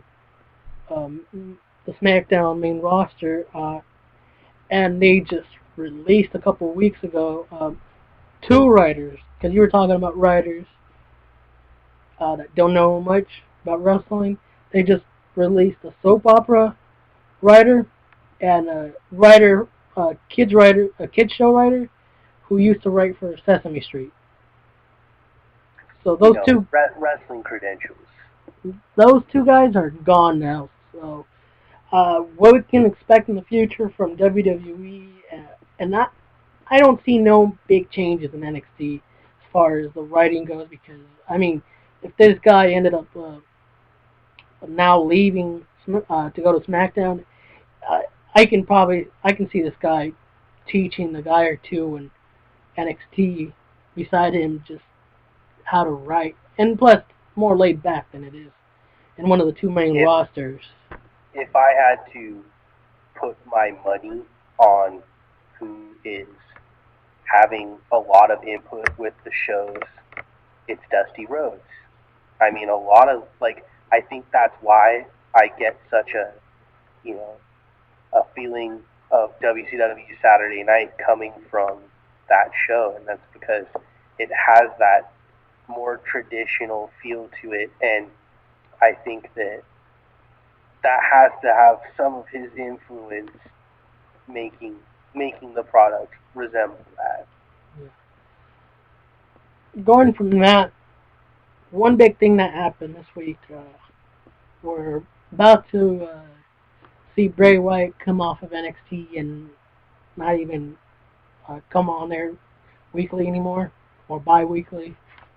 What are your thoughts on his Raw debut?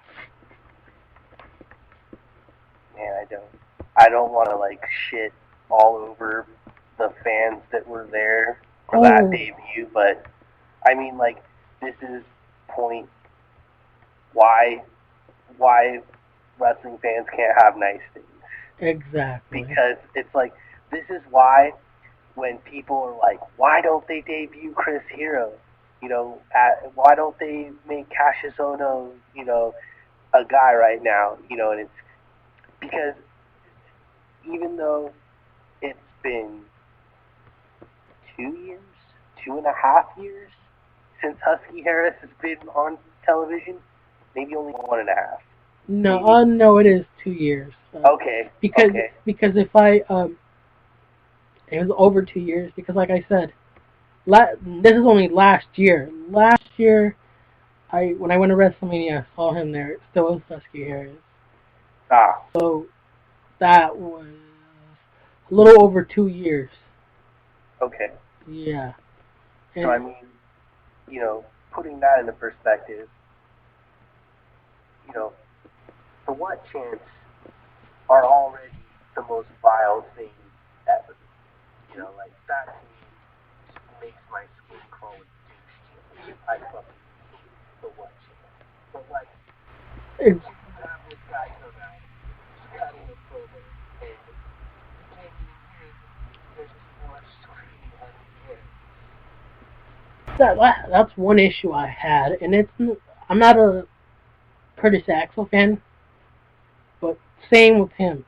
They started doing the same with him, and it wasn't until this Bray Wyatt debut that I noticed that I'm.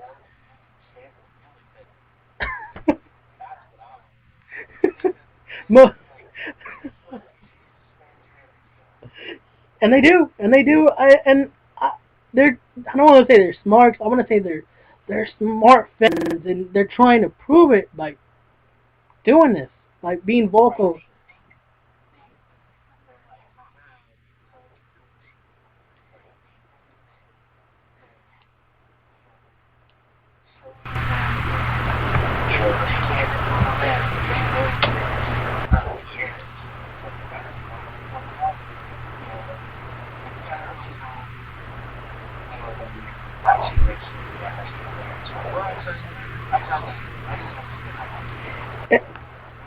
And I was afraid. I was happy to see that Bray Wyatt was coming to the main roster, but I was afraid, terrified that the fans and that Baltimore.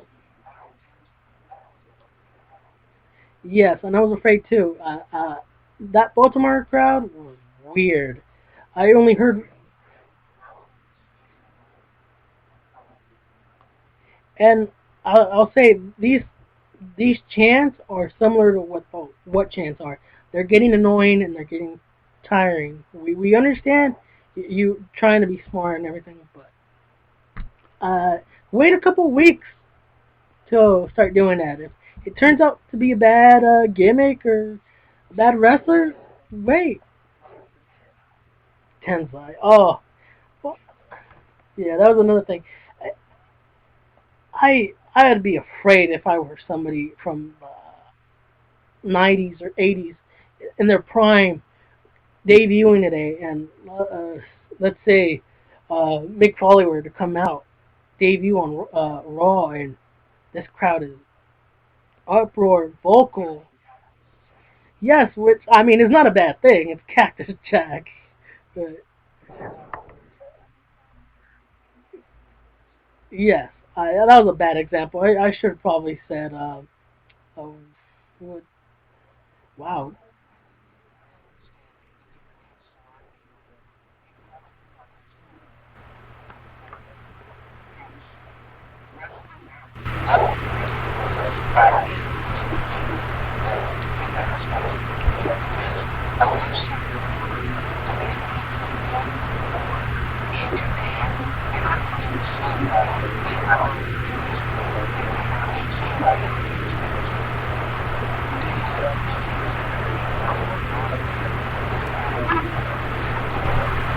And yeah, and I was able to be part of a big crowd, a loud crowd at one WrestleMania. I was able to be part of that big crowd that started they didn't start the Yes chant. We didn't start it, but I mean we continued it to make it bigger. The Yes chants.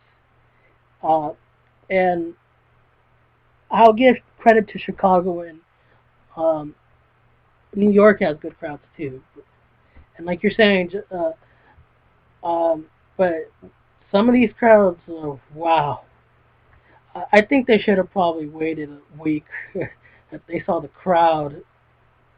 Uh, yes, it is. And it's not only the crowd; it's the internet too. The social media sites.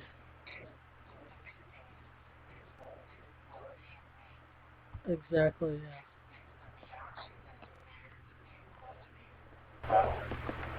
And I loved just the debut itself. I loved it.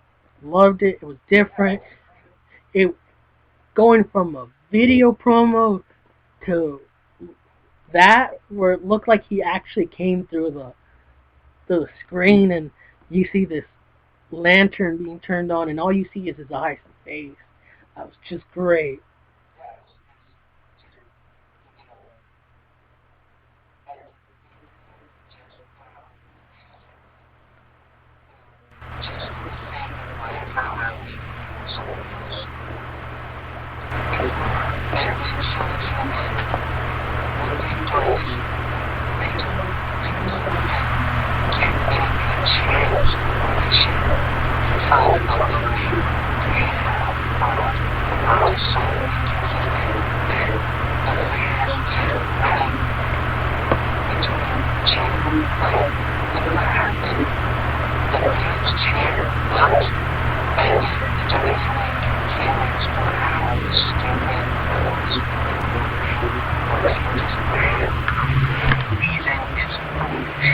I think it'd be a smart idea if they don't pause as much when they're giving a promo. They,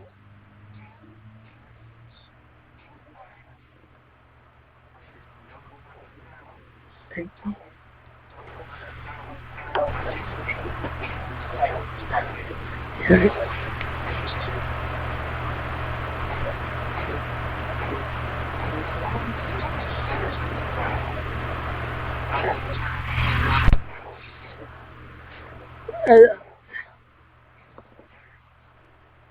uh, that's one thing that Christian and Stone Cold brought to the wrestling uh, world that was just bad, bad, and you'd think that would die by now. Those wood chants. The,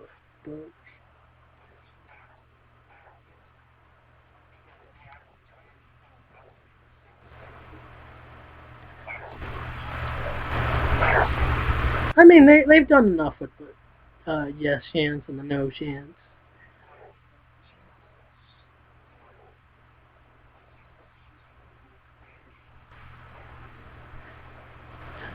and now that you mention that, that's uh, funny because I always used to joke around on Twitter that the whole look at the crowd, they're doing the evolution, and they don't even know it.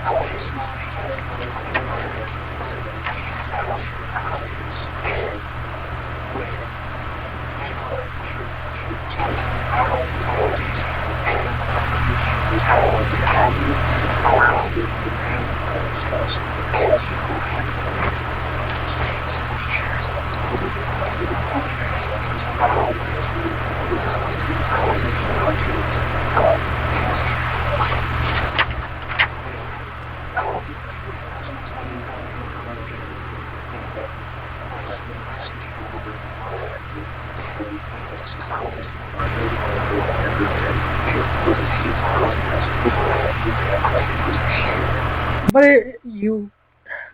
that being put aside, you still have a bad amount of people that are online, and on the internet that are trolling everything. They're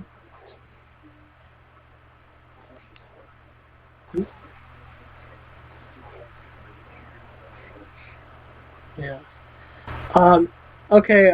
Everything being said, this is a little thing that who would you say are your top 3 of the week as far as NXT goes? I know I'm putting this out like taking this out of nowhere.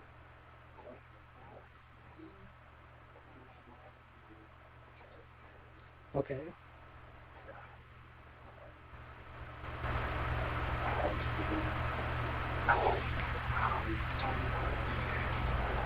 Yeah.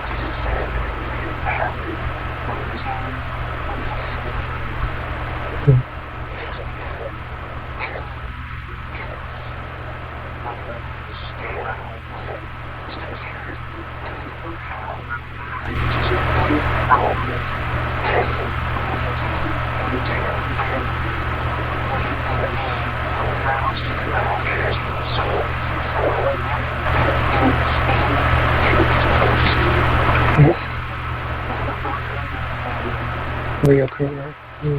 Yeah. I'm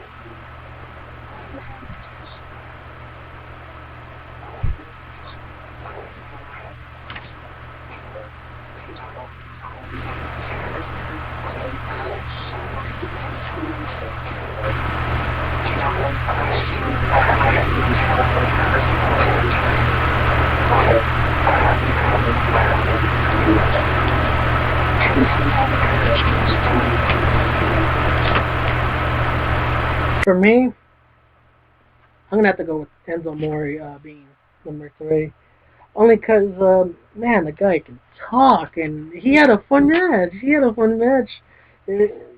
Uh, and yeah, and number 2, I'm gonna have to go because with getting away from the main event. I mean, I love Bray Wyatt, but I'm gonna go with Sami Zayn. He had a great match with Leo Kruger, and it was a long match. It was a long and great match. And number 1, I'm gonna have to go with the Leo Kruger. Basically, the same thing you said. I can't disagree with what you said on Leo Kruger. I mean, guy's gone big push on NXT so far, and what they'll do with him or Sami Zayn is just for the future to tell. They may get the title because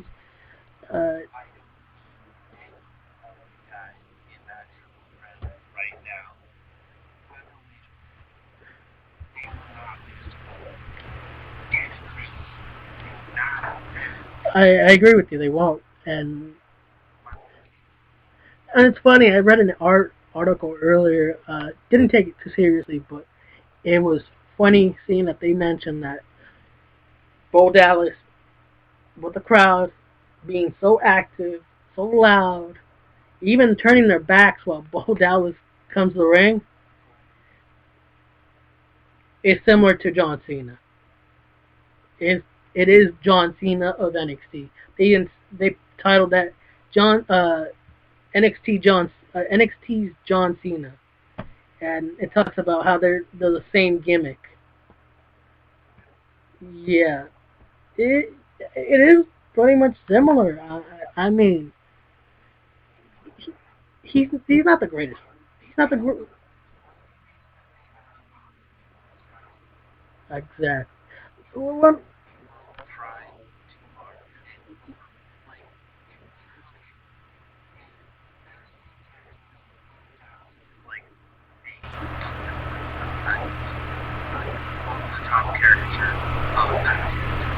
yeah.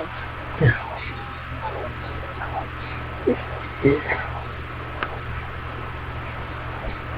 I was about to say the same thing. He's atrocious.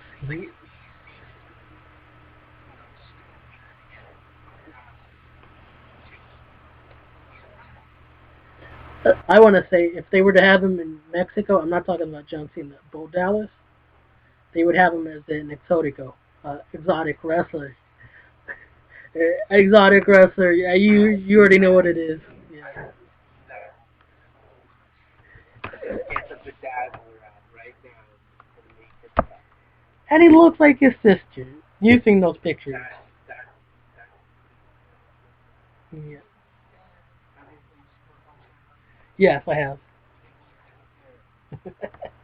Yeah, yeah.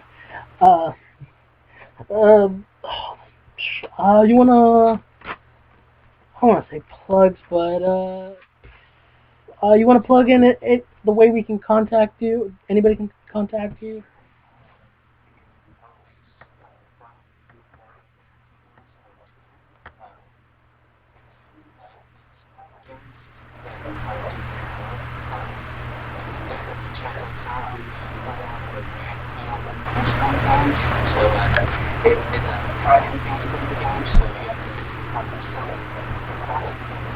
No, not anymore. It's open now. Yeah, it's open now. Double A, the um, administrator for that page, he changed it. Now it's open, so anybody can get on there. Just hopefully no trolls get on there. That's the only issue. But shouldn't have been any problem if they have a good fan base or we do. I shouldn't say fan base, good listeners. I don't like using that word because we're not anything. Yeah, listeners. Yeah, yes, we shall. Also, I ended up checking the Triple Lucha fan page because it's not a fan page, a group page. I keep saying fan page, group page. I'm trying to get that out more. Um, uh, Triple Lucha just tomorrow, uh, on Friday. This will be out by tomorrow, so, um, or, well, tonight. I'll try to have it up by tonight.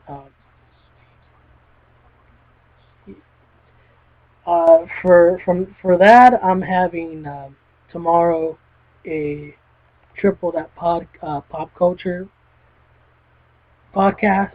So it's just a pop culture podcast, and tomorrow's subject is 90s to current movies, and we'll have Rage on.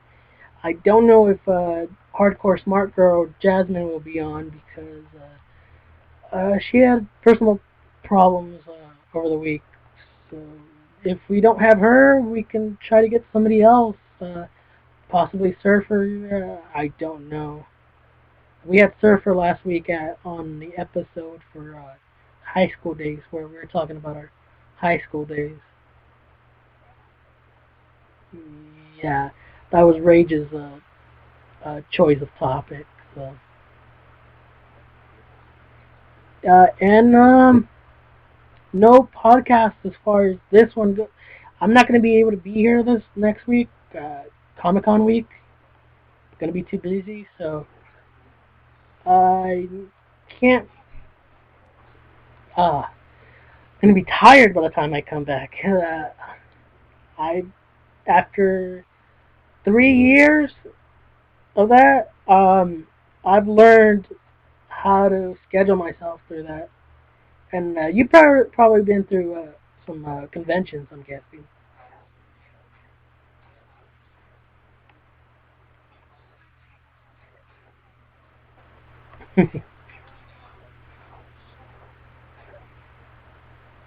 Yeah. This is how much of a convention fan I am. That now I started taking, as of last year, I started taking a big backpack, uh, one of those throw down blankets, um, and your usual, deodorant, a small toothpaste, and a toothbrush to go, and hair gel, of course, because I need to have my hair looking nice. Yeah, yeah. Oh, and a lot of clothes, of course, because I mean, not a lot of clothes, just like four shirts. Because I'm only planning on going 2 days this time.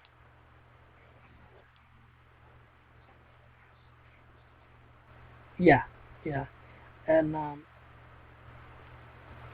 we need to talk more. Possibly one of these days, end up having one of those pop culture episodes where it's all about conventions. And if you, oh man, uh, oh, first year is worse when you.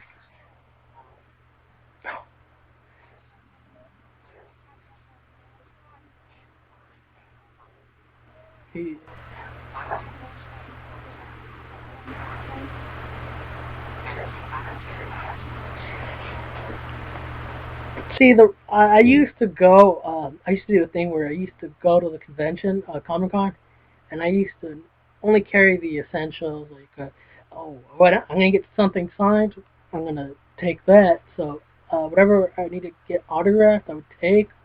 And at Comic Con, they gave you a huge, enormous bag that's, I want to say, like 10 by 8 or something. It's a big bag, and I used to carry that in there. Didn't have a backpack at the time because I didn't think, oh, I don't need it. Next year I go, I start doing that, but my mistake was going back home, and that was a difficult thing because you go back home, you sleep, you wake up, and what's the point of doing that? The next year after that, which was last year, I ended up camping out right there for everything. I went that.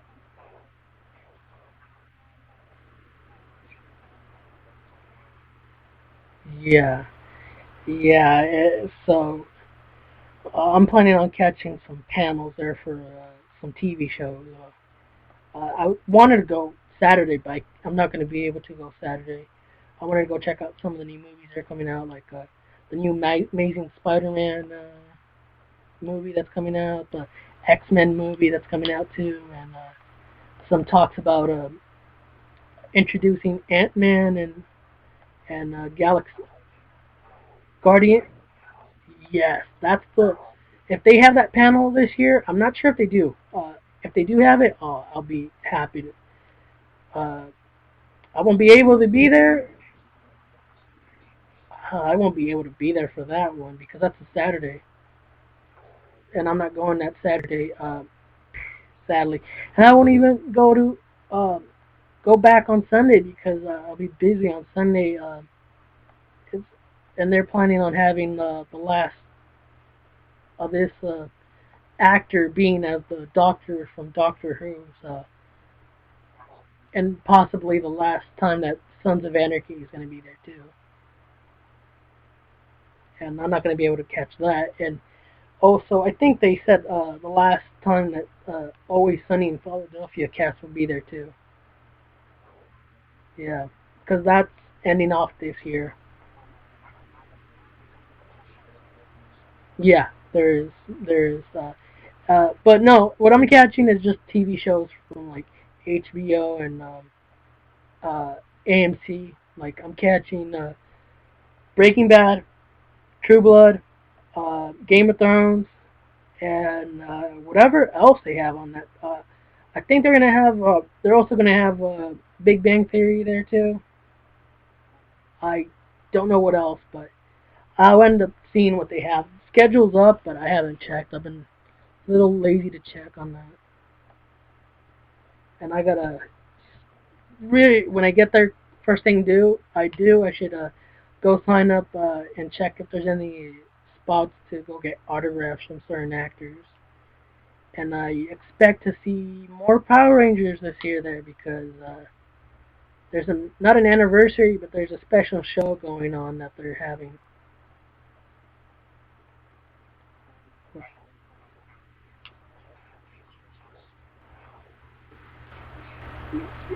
Oh yeah, it is. Yeah, yeah, just barely. Yeah. There's also talks of the show before that. I think that came out in the 80s. It was similar to I'm trying to think of Power Rangers. So not Vortex. Why am I thinking Vortex?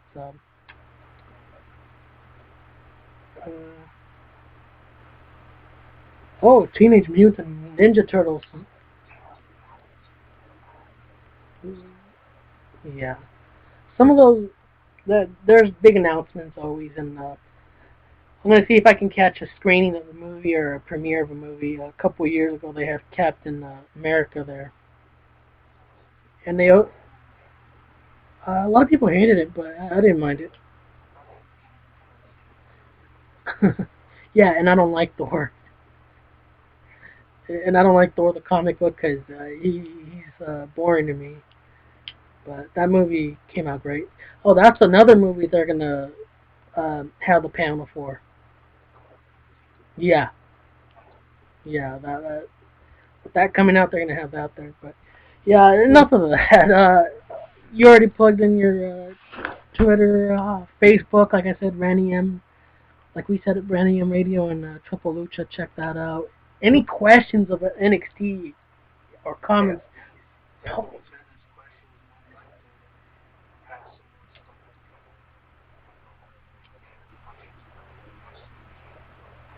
Post them there. Send them to us privately if you want. Go ahead and check out the Randy M Radio Network.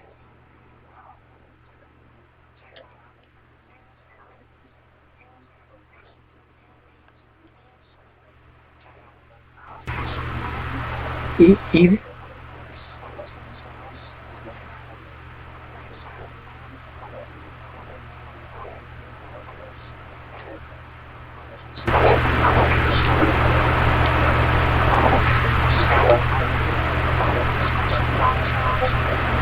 And sometimes your show on there.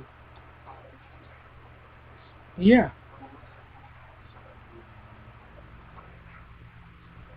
Yeah. Yeah, looking forward to that. Big gamer myself.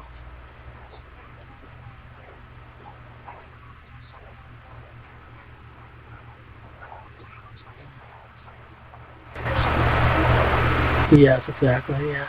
Yeah. Looking forward to getting my PS4 when it comes out.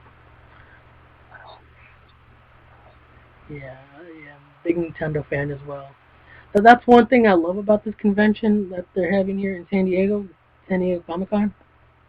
They started spreading out their video games outside the convention itself because Nintendo and Sega and Microsoft are so big that they don't have enough space inside, and they started spreading them outside the convention center into hotels.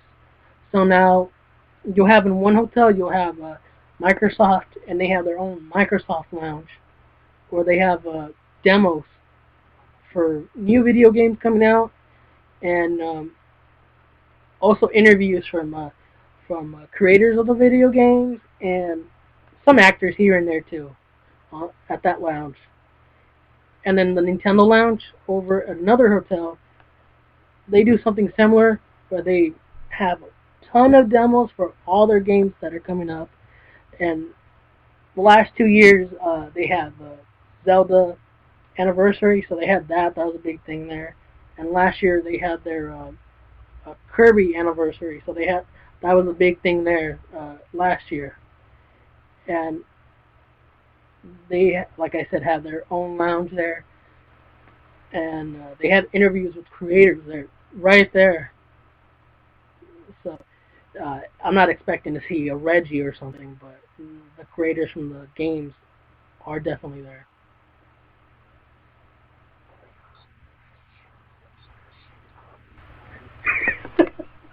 Yeah, that'd be awesome. Yeah. I saw.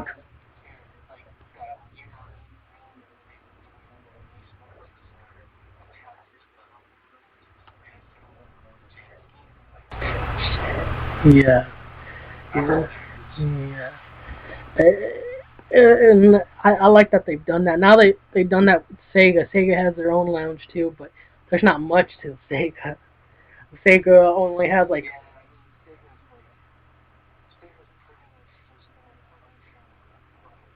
yeah, and they don't have much there. They just have like a small.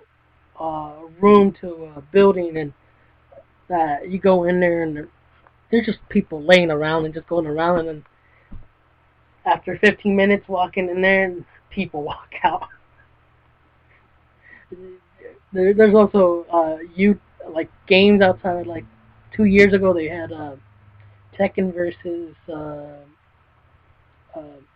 is it Street Fighter? I want to say Tekken X Street Fighter. Yeah, they had that outside, but they had like a tournament outside, and that was like months before the game had even been released. And they had a tournament outside with a couple bands playing there, and they were doing that that year. I have no idea of what they're going to have there. If they end up having Oblivion online, and they let us test that out, I would be excited for that. Yes.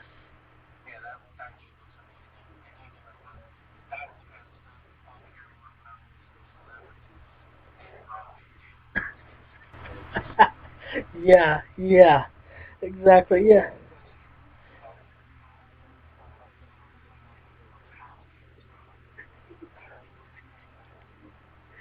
Uh, oh, and let me put this out. Christopher Daniels does not.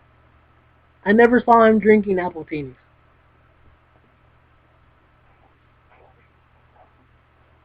Yeah, I never saw him drinking apple teenies. And like I said, when I went to this after party, it was at a nightclub, and they rented it out for TNA, and it was an open bar. So I don't drink, but I saw these guys drinking uh, just beer. That's all. The only one that was trying to get an special drink was Mickey James, and she wasn't in a good mood that night since she left early too.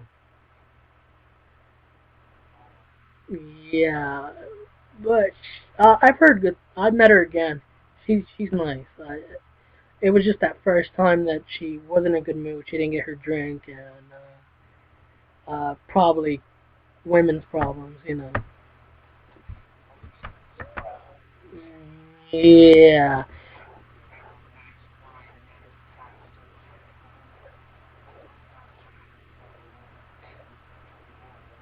I, yeah, yeah, yeah, yeah. That's hey, it happens. Like you said, get away from that. Uh, uh, uh, yeah, and like I've told several people, Kurt Angle is an alcoholic. I personally seen that myself. What do they think of Yes, Canadians are like nothing new. Uh, you mentioned him. Eric Young is he's not much of a talker. He's a very soft spoken person.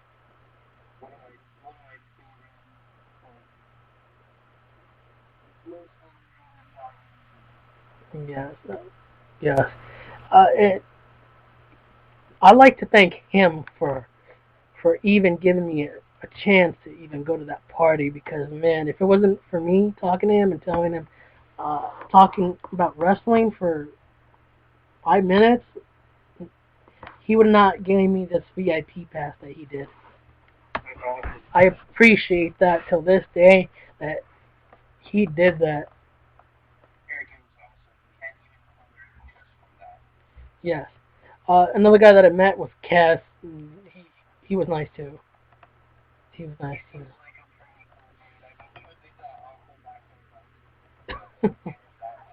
Yeah. Yeah. Uh, yeah. Him and I were just talking about Sons of Anarchy when we, when you're there and it's a comic convention, you're gonna end up talking about other things too. The only one I talked wrestling to about was SoCal Val, and man, does she love talking a lot. She's a talker.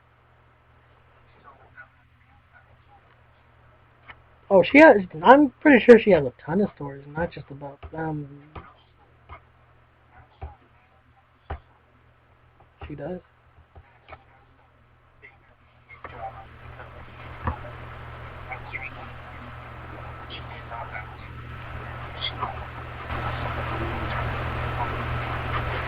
And I want to say I did see Magnus there, but I'm not sure because yeah. Who else did I see there? I said RBD, Kurt Angle, Kaz, um, Christopher Daniels, Eric Young. Oh, and one of my favorite uh, women's wrestlers.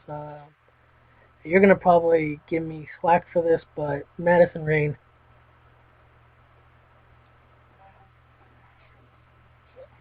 Yeah. Okay. Thank you. You didn't give me slack because I've gotten slack for that for saying that I'm a fan of hers.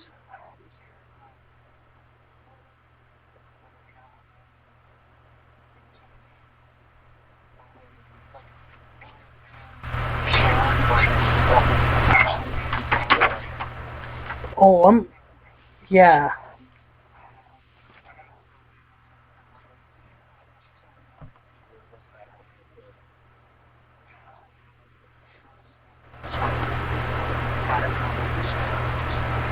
And she told me she did that. She was starting to do that on purpose for to get heat. And she was right. It gave her a lot of heat. A lot of people hated her for that. Uh, and it was a smart idea because I was talking to her and she's a huge wrestling fan. Uh, her favorite wrestler is HBK. So that shows you a lot. That tells a lot. That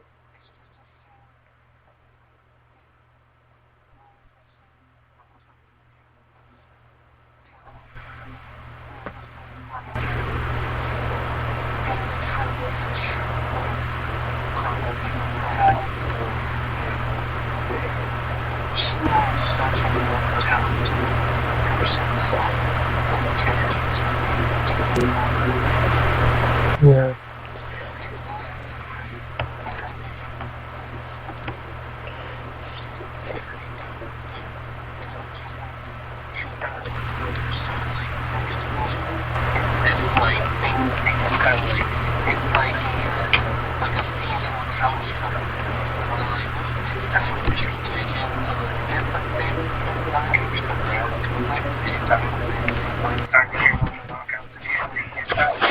Cover the couch.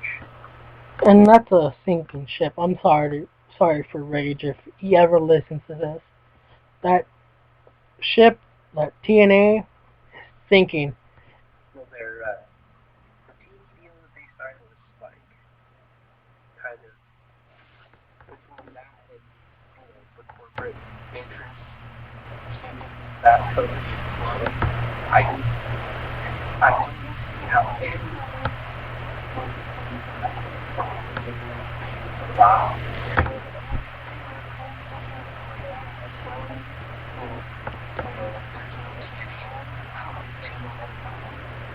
Spike is a weird network, just to start with. I mean, if they're even thinking that, and I mean, I used to love TNA when it started to like, I don't know, till when Kurt Angle days, till the beginnings of Kurt Angle being there. Uh, I used to love watching TNA, but I, this this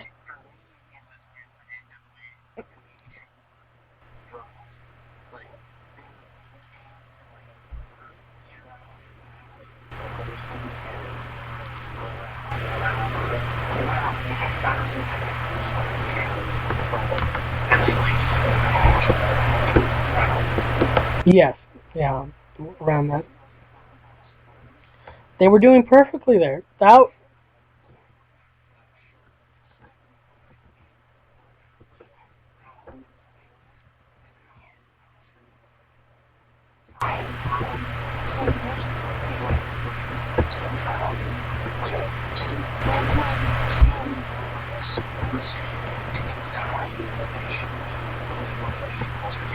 And you know what's interesting about that? I have a friend that's very into sports, and I told him one time, look, wrestling was once on Fox Sports, even long time ago. Before, after wrestling, long time ago was on Fox Sports.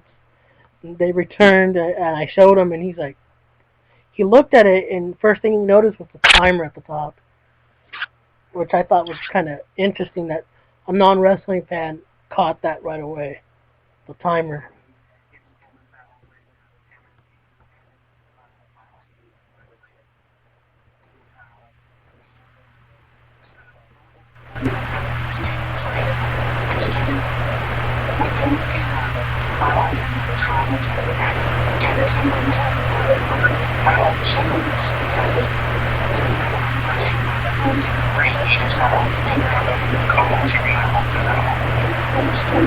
Yeah.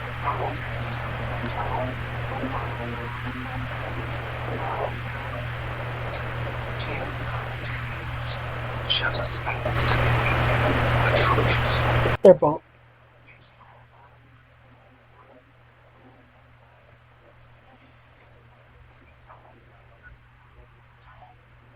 And that being said, there's one guy that was just released recently that was in an interview. Matt Stryker. Matt Stryker said, "I don't even want him to talk about facts anymore when they're on commentating on the commentating booth. They don't want him to talk about facts anymore. Old facts about wrestling, that's thrown out the window, and they don't want that mentioned on TV anymore." That's what he said. He they said he said he said all they want is just for them to make it as simple as possible for someone like some child to be able to understand what they're talking about.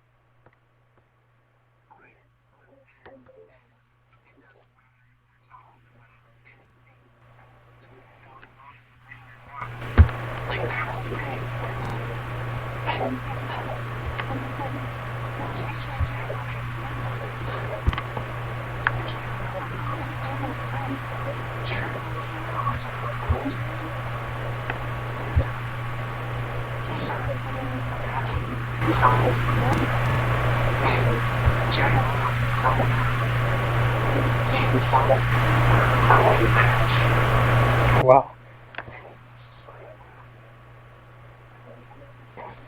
Yeah.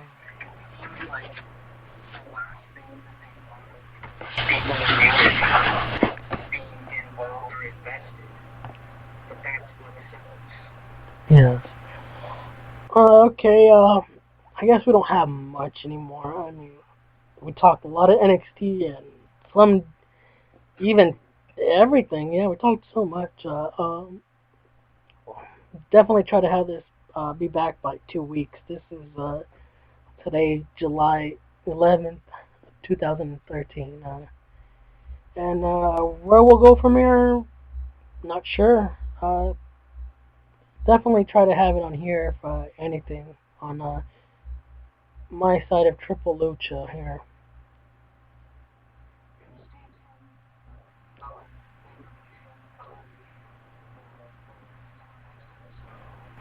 Yes, yes. Um, and if anyone wants to stay in, I can't even talk right now. If anybody wants to stay in contact with me, it's NXN everywhere. NXN3 or NXN on Twitter, Tumblr, uh, and on Spreaker even. That's where we're recording right now, and uh, check us out on iTunes. Triple Review, Triple Lucha, and this episode is going to be called NXT Cast. I'm just going to put it as pilot show. Yeah. And I have to thank I might be ruining his name, but Philinus Punk KS see from Facebook, one of the Facebook groups that I'm with. He's trying to create the art for this podcast. So we might end up being NXT Cast because I told him that that's the name. So, and he's creating that art for that. It's just,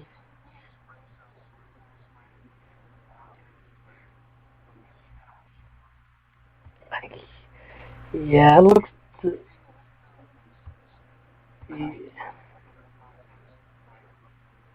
Yeah, and that's it. So we said Leo Kruger was our wrestler of the day, and I think his theme song is Flatlined, if I'm correct.